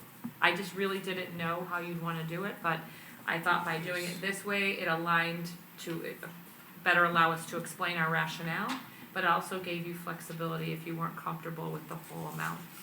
yeah, 'cause there's a lot to, So that's Lot why to we did look it the at. way we did. So you decide. Yeah, I mean, I understanding that we had the ability to make different motions. I still stand by the motion. I think again, I know we're in the discussions section here. I mean, I think that all of the different categories were kind of adequately supported. I do share some concerns as to see, is it going to work? But I don't think we can. I think for a lot of these things, time will tell. I mean, and I think that if we have the same type of presentations as the transparent presentations that we've had prior to this, we have the same things a year from now. We'll be seeing the answer to that will be forthcoming pretty quickly. We want to see at least motions in the right direction, in terms of results. And then if I could piggyback on that, I want to just remind the board that we have a scorecard and we have multiple data sources. So in addition to the strategic plan and kind of the transparent way in which we're trying to present our data and whatnot, the scorecard will be revisited multiple times a year. So you can see, are we moving the lever? Are you continuing to invest in curriculum, professional development, staff? And are we experiencing results? And if not, then, we have to have a serious conversation about why not. I think Colleen made the point with regard to driving, the analogy with the car. I think that was a very appropriate point that basically showed that these are probably positions we wouldn't have 10 years ago. And I think it's a mindset change in the way in which we're doing things. I think that goes with Zubair, when you and I were on the equity committee before Sam came on, is that there's a way to start thinking about things differently. And I think that this is taking some staffing and shifting it, but also adding staff in areas that we need. And again, going back to the point of I go home every night to hear about a social worker who works in a school, about the understaffing needs. And I think that ideally I would like to see that in every school. And I think that this, again, is a step in the right direction. And if a year from now we have to pull back and reevaluate and change up where we put people, I think that that's an appropriate limb to be out on for us at this point in time. I mean, I'm comfortable with the for proposal A, I'd almost like to have like a little more time to look over the rest of this. Could postpone the other ones to the next meeting. So I know you're looking at getting more data, and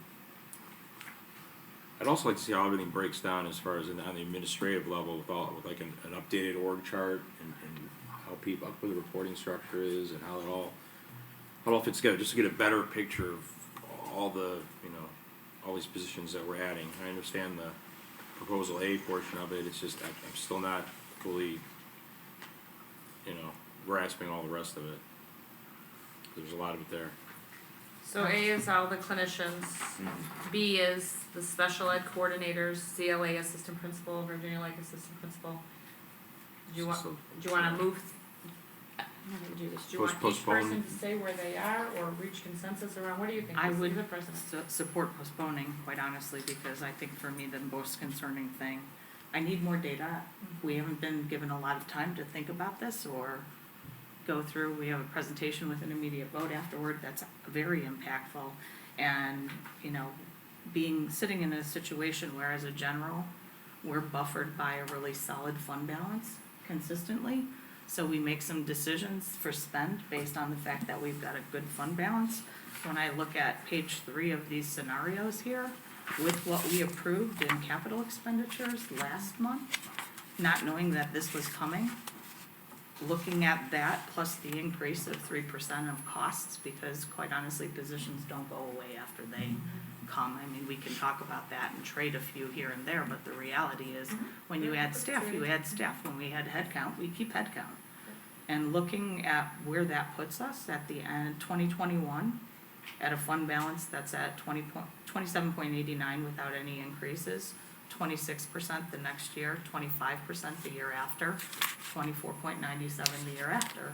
We are right on the edge of not having that cushion, and that to me is very concerning. So I'd like to have more information before I would agree to an investment that puts us in a questionable fund balance position. So postpone Frank and Lisa, Mike and Zubair. Three more. I mean, I guess my position is, and then I'll go back to last meeting, is when I voted against spending all that money, is that if we're gonna invest the money in the body, we gotta do the soul too. And if the position we're taking is that we're gonna invest the money in the bones of our structures and the bones of our facilities and make sure that they're updated and maintained, we have to be taking care of what's inside those buildings too.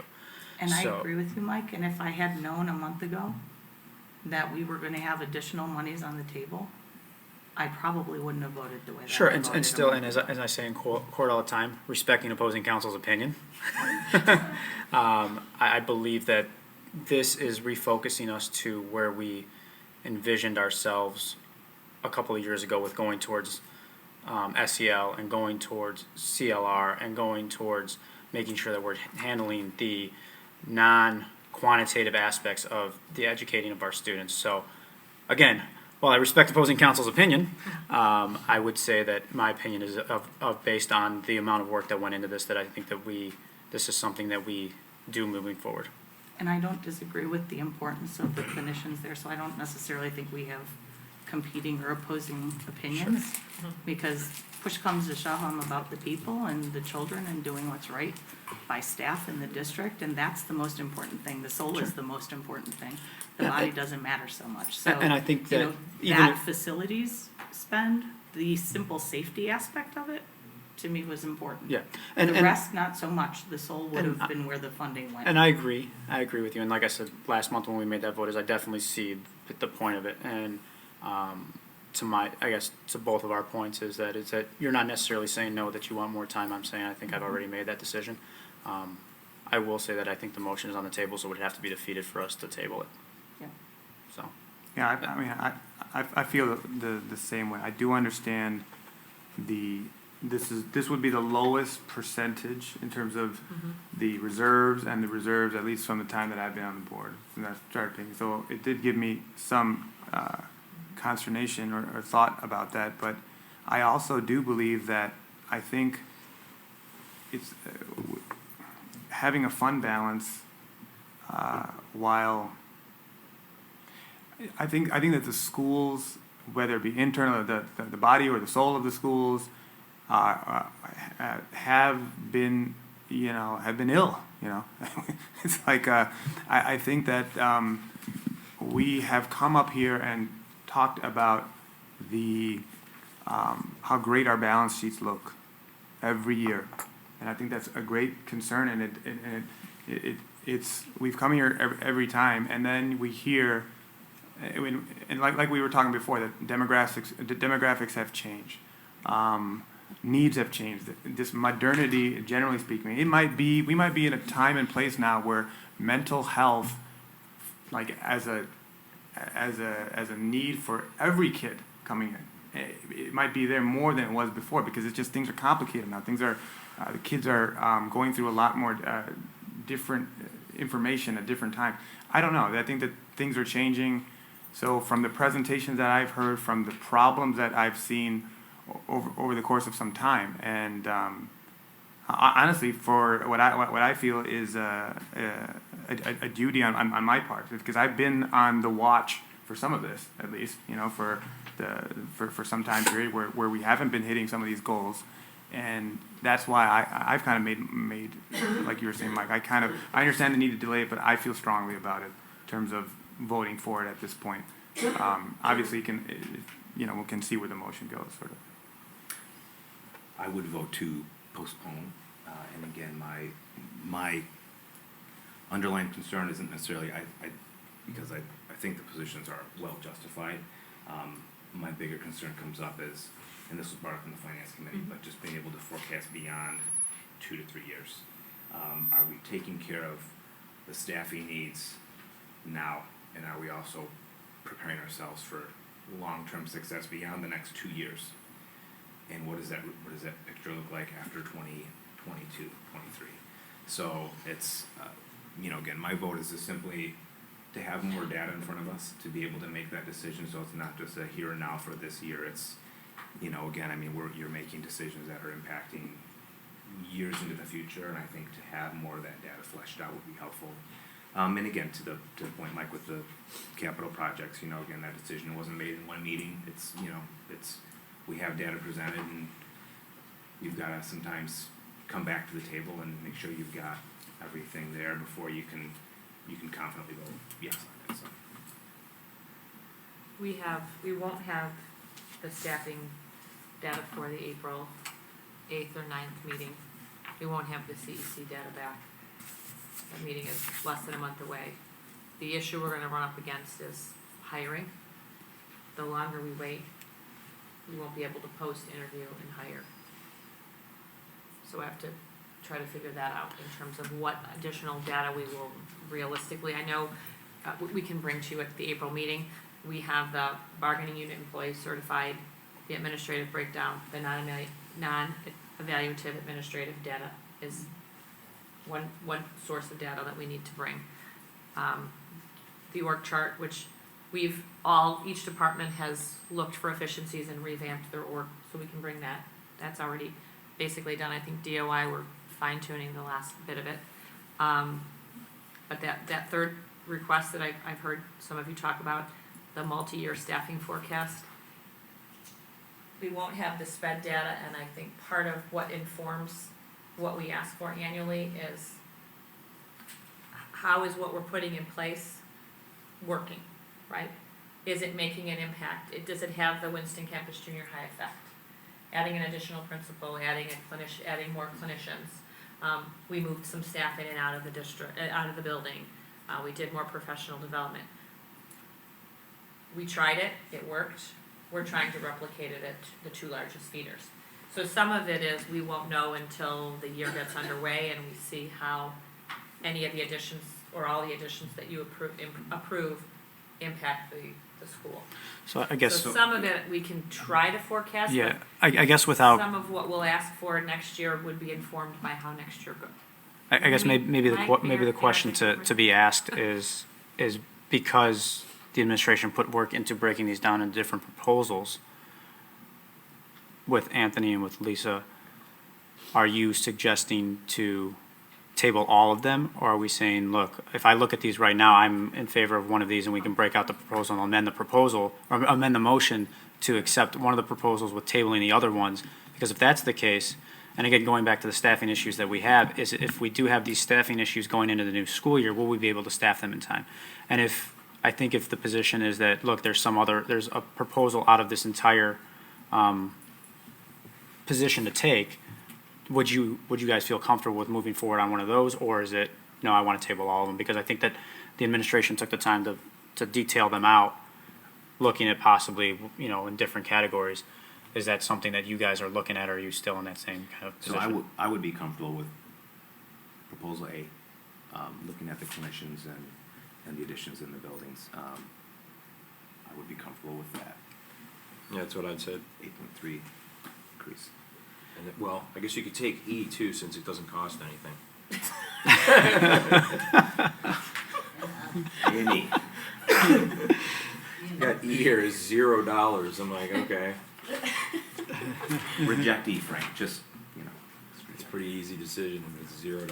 Because I think if we're of a consensus with regard to any one of these proposals, it gives the administration time to post the position, to get the positions filled, to make sure that for those students that need that support, that they're going to have it going into day one in the school, where we can table some of these other ones and say, let's take a look at, break these other ones out into more detail. I think if that's the position to take, I think we can amend the motion and at least give the administration the head start or advanced opportunity to start getting those positions filled and planning for those positions to be in there. Again, I think it's a good discussion to have, regardless of which way we end up going on it. But I think that there was some thought into putting in breaking down these separate proposals for a reason, and maybe that was one of the reasons to do it. I don't know for sure. But looking at it from that standpoint, can we go through each individual proposal maybe and either table it or, I think we know Zubair and my position at this point, but for those that are tentative on one position or they're 100% in on another position, it might be a way to go through and just make the motion to, we'll accept proposal A. Do we, accept proposal B? And if we table certain ones and defeat certain motions, then we know that we come back on those. One, it gives the administration less work to do for the next meeting. They can start planning for day one for, what are we, 2021 school year? Yeah. You could just group,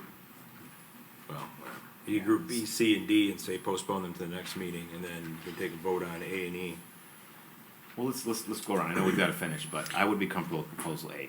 And for proposal C, isn't that being paid off of title dollars, right? Bilingual services? It is, and the 1.5 decrease, that cost would be absorbed regardless of whether the proposal C is approved or not, because those two faculty members were decreasing those positions, so they do have to go back to the ed fund either way. So essentially, that it is a cost, it's an FTE neutral with that 0.5, and there really isn't a cost being absorbed. In fact, we're absorbing more of the cost of that position that's moving to the ed fund. Okay. That's why we asked about it so many times. That's why it was so confusing. Yeah, trust us. I know you guys tried explaining it to me, but I was a little bit lost still on the 0.5 position. Yep. The $125,000. Wow.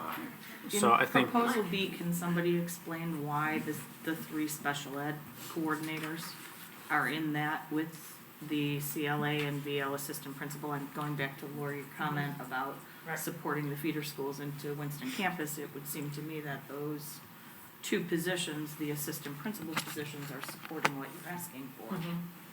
Yes. So what are the three The three special ed coordinator coordinators are the positions? ones that we would consider non-evaluative administrators that are housed at certain schools. And what we did this year is we took a step towards adding more special education coordinators, because in the past, special ed coordinators were assigned to 4 or 5 schools to try to cover. And what we're trying to do is increase the ratio. So we have more special ed coordinators covering fewer schools. So our assistant principals don't have to be the building case managers doing all the special ed. They can do more of the instructional leadership work.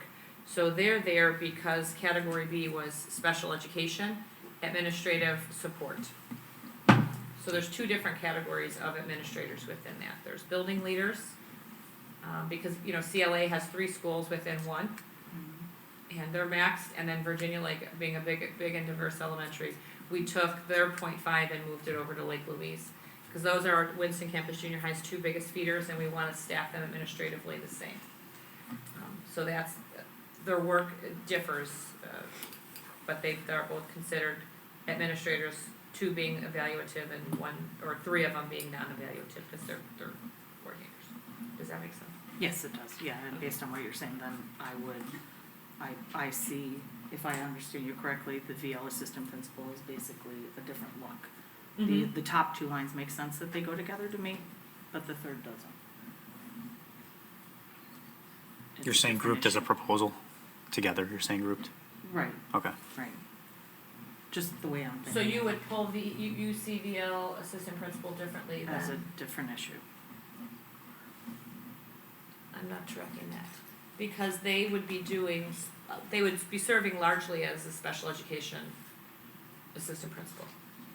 Just like the like CLAs, right? They're doing building case management, discipline, all the IEP, 504 work.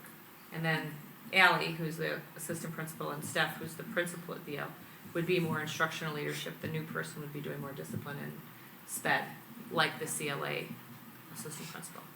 Yes, I'm looking at Matt, who's still with us, yes. Yes. So that's why we put him there.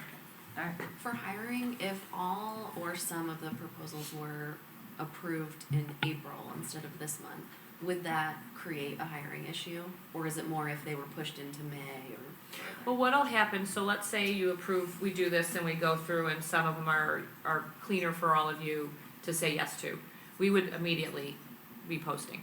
Like, we've updated job descriptions, we would post, we would try to interview. I make everybody nervous, but I would love to see if there's anybody out there that we could bring to the board for approval in April. Because again, the market is hot right now, positions are posted. If we can't meet that April deadline, then we're bringing people to you in May. Other districts are gonna be hiring and poaching, and we're gonna lose, quality candidates. So that's just the concern. And this is just, tis the season to be hiring, so you wouldn't wanna push it too far out.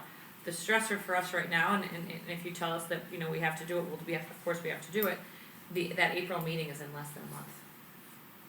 So, in terms of all the data, we can pull it together, but if we wait until April to have this next conversation, it's just gonna delay it till May. So we should have been talking about this in January, is what you're saying. Well, no, because we didn't know our numbers and we were still trying to figure out what we needed and, this proposal, this has taken us months and months, in addition to all the other things that we are bringing forward to the board.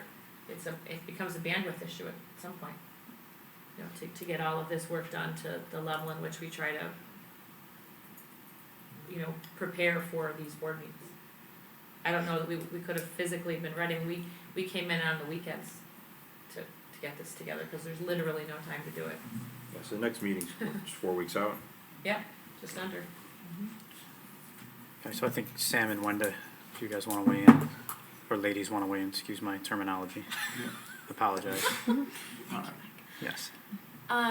So I guess with the April meeting, I just want to be clear, because I don't anticipate this vote happening in May. So if it were to happen in April, would there still be a hiring concern for happening in April? To say yes, because then we would bring positions for you to approve in May. Okay. Each month we wait. It just, the pool changes and it usually decreases. I mean, we'll still, go after it and hire people. It's just, we don't know if we would have our exact first, our first or second picks. There's no way of knowing, but we know that May's basically the end of the year. Yeah. Okay. So if you're willing to go proposal by proposal, and if there's a level of comfort that some of these you feel comfortable voting on now, I think I can speak for the administration that we would very much appreciate that. And if there are some proposals that you want more time or more data, we understand. If you could say yes to some now, we would appreciate it, and we will accept and do whatever we have to do to be ready in April and deal with the rest of it. So, okay. Wenda? I don't mind And I'll amending, talk after you. honestly, when I think about it, I don't mind amending the motion in that way. Because, I think this is, you know, if there's not gonna be that much delay, it gets back on the agenda in April, and at least, you know, maybe there's more buy-in at that point. But I think we should move forward with what we do have buy-in. Wanda wants to talk. You know, I appreciate the presentation for all these different proposals, and I would have to say that I do agree with them. We, Anthony and I went to the budget meeting, and we talked extensively about some of these positions. I mean, I acknowledge the need. All those budget meetings are incredibly difficult because none of them, there's never an easy presentation at all. One day we're going to have a really good budget meeting, but we've never. And I sort of think that I have an ulcer. Anthony, Anthony was excited about this budget meeting. Anthony was excited. I still remember the first day I talked to Anthony. I said, "Can you sleep at night? Because you're giving me anxiety as we're talking about everything that we have to do." But when it comes to how services that impact our children, then I would be all for it. Our buildings, you know, that's part of the reason why I voted the way I did with the last month. But I would have to say then I'm in agreement to move forward with all these proposals. So I came into this meeting fully expecting to vote to delay. And I will say that is primarily, it is not because of the content of the document and the proposals and the staff that we need. These are clear needs, and I think the staff made an excellent case for why they're needed.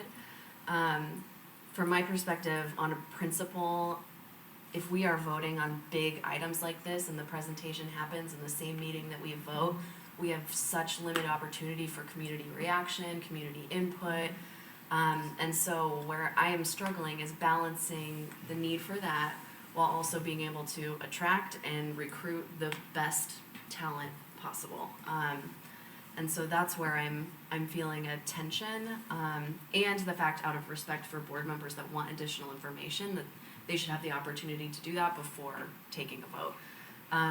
So all of that being said, I am open to doing it proposal by proposal to identify if there are some that we want to continue to discuss and get more debate on, as well as seeking community input. That would be my position at this point. So do we want to vote on accepting them as a whole to defeat that motion? Because it sounds like the way it's going. Yeah. So And then we'll make a motion for each proposal individually. So the motion is to accept A through E by Zubair, and I think I seconded it, I think. Yeah. Did I second? Yeah, okay. So we're gonna roll call So on roll that. call on that. Yeah. Roll call, please. June's like, June's wow. like, what? That's my bedtime. Smoka. Aye. Aye. Long. Aye. Ader. Wait. I was gonna wait, say. wait, wait. no, I was sorry, I wasn't paying attention. So the motion on the table is to accept them A through E as a whole, to accept as a whole. Okay, no, start again. Can I start over? Yes, please. Yeah. I was like, all right, Zubair, we did a good job. All right, ready to go. Get them through. I'm like, this doesn't sound like what I just heard. All right, Mike, you're up. Smoke. Okay. Smoka. Aye. Shupai. No. Okay. Wong. No. Ader. No. Iannarino. No. Hunt. Aye. Khan. Aye. Okay. All right. May I have a motion, and we're gonna go through one by one, Let's see here. So I'll make a motion to approve proposal A of the March 11th, 2000. Oh, sorry.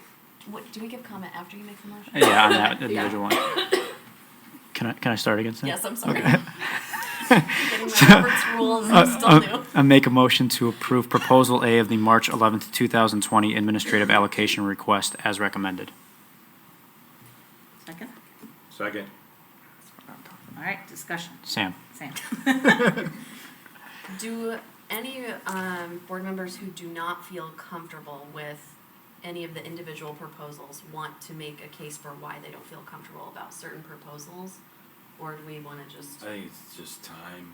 Okay. Like you said, we just got all the information. They want time to Let's just vote. synthesize it, Let's vote. yeah. Yeah, it's just Okay. nothing real. Kind of what you said, the community reaction, time to, and then Frank saying more time to process. Yeah. Let's vote. Okay. More info. June, you're up again. Okay. Hunt, Aye. Khan, Aye. Smolka, Aye. Shupai. Aye. Wong, Aye. Ader, Aye. and Reno. Aye. Motion carries. May I have a motion for proposal B, please? I make a motion to approve the March 11th, 2020 proposal B for administrative allocation request as recommended. Second. Discussion. Nice. Moving it right along, huh? Roll call. Do we discussion? Anybody want to discuss or just roll call? That's just roll. This is roll call. Okay, roll call. Yeah. Khan, Roll call. Aye. Aye, yes. Smolka, Aye. Shupai. No. Wong, No. Ader, Aye. and Reno. No. Hunt. Aye. Motion carries. Motion carries. May I have a motion for proposal C, please? Make a motion to approve proposal C of the March 11th, 2020 administrative allocation request as recommended. Second. Second. Discussion? Roll call? Smolka, Aye. Shupai. Aye. Wong,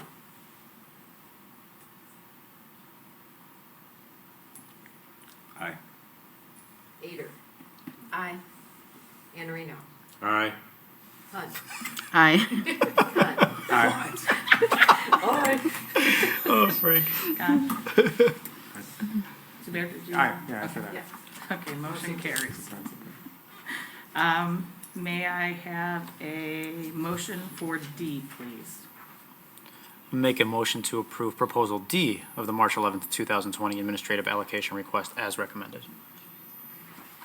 Second. Discussion? Roll. Roll call? Shupai.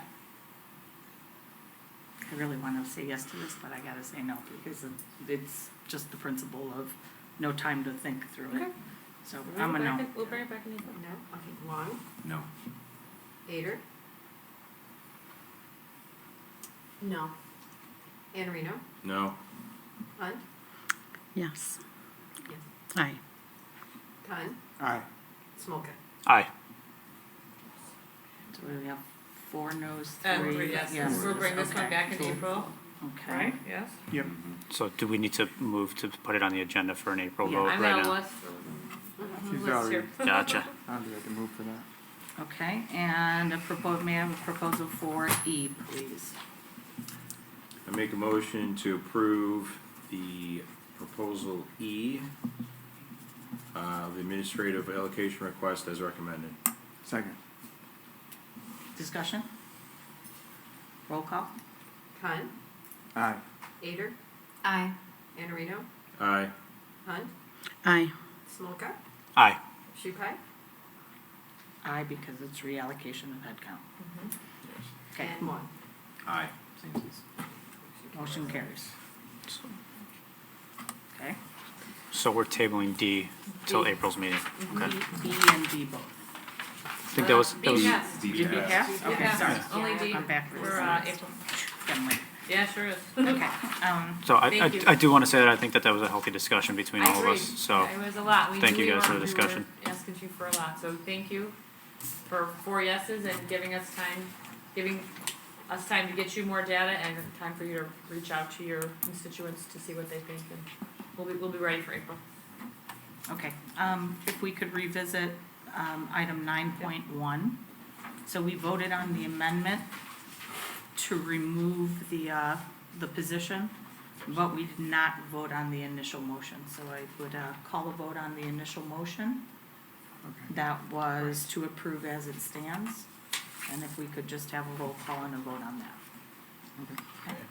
You want me to repeat the motion? Or is Yes, somebody- if you wouldn't mind, Yeah, just for sure. clarity's sake, action item 9.1.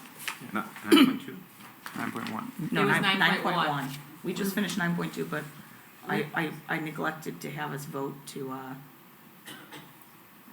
not move forward with, The original as with the written. original. The original motion. Yeah, I do wonder if per the rules, you can just, if you vote for an amendment, it kind of obviates the need for voting on the previous one, because now you've approved that it be amended.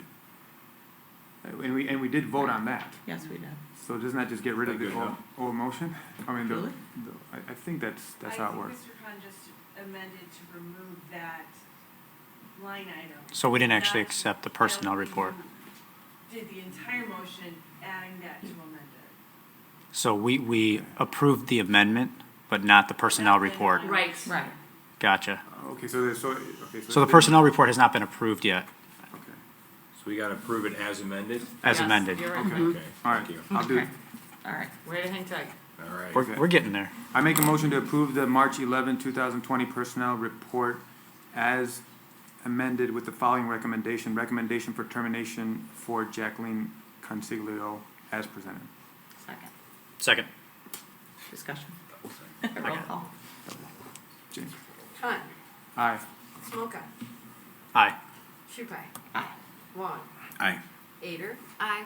Andreino, Aye. Hunt. Aye. Motion carries. Item 9.3, motion please. Make a motion to approve the resolution, non-renewal of the administrator's contract and dismissal of first-year probationary teacher as recommended. Second. Second. Discussion. Roll call. Shupai, Aye. Wong, Aye. Ader. Aye. Andreino, Aye. Hunt, Aye. Khan, Aye. Smoka. Aye. Motion carries. Item 9.4, motion please. Make a motion to approve the resolution honorable dismissal of educational support staff employee as recommended. Second. Second. Discussion. Roll call. Wong, Aye. Ader. Aye. Andreino, Aye. Hunt, Aye. Khan, Aye. Smoka, Aye. Shupai. Aye. Motion carries. Item 9.5, motion please. I make a motion to approve the January 23rd, 2020 financial proposal made by RSP and Associates LLC for custom planning services as follows. 2019-20 school year enrollment analysis, $23,000. Boundary analysis, $8,000. 2021/22 school year enrollment analysis, $23,000. Additional cost to be determined pending fall housing reports, and an official contract will be signed when the services are agreed upon. Second. Second. Discussion. I'm looking forward to seeing what they come up with. Me too. I was about to say the same thing. You beat me to it. You know, from the boundary task force to the work with STR to bringing, the whole administrative team and the board on board. Now RSP hopefully is gonna get us the rest of the way, so To the we summit. really I have have a high clear direction. expectations. so Very we can high. meet them. Me too. Me Like- too. Long time coming, but we'll get there. The man Right. from Kansas, he's gonna bring it home. Yep. Who's still in the audience. That's fine. There's a guy with staying power. All right, any other commentary? No. Roll call? Andreino, Aye. Hunt, Aye. Khan, Aye. Smoka, Aye. Shupai, Aye. Wong, Aye. Ader. Aye. Motion carries. Item 9.6, motion please. Make a motion to award a 3-year contract for school years 2020 to 2021, 2021 to 2022, and 2022 to 2023 for waste disposal and recycling services. Bid award 20-016 to Waste Management of Illinois, Inc. of Lombard, Illinois, for a total bid award amount of $310,529.10 as recommended. Second. Second. Discussion. Roll call.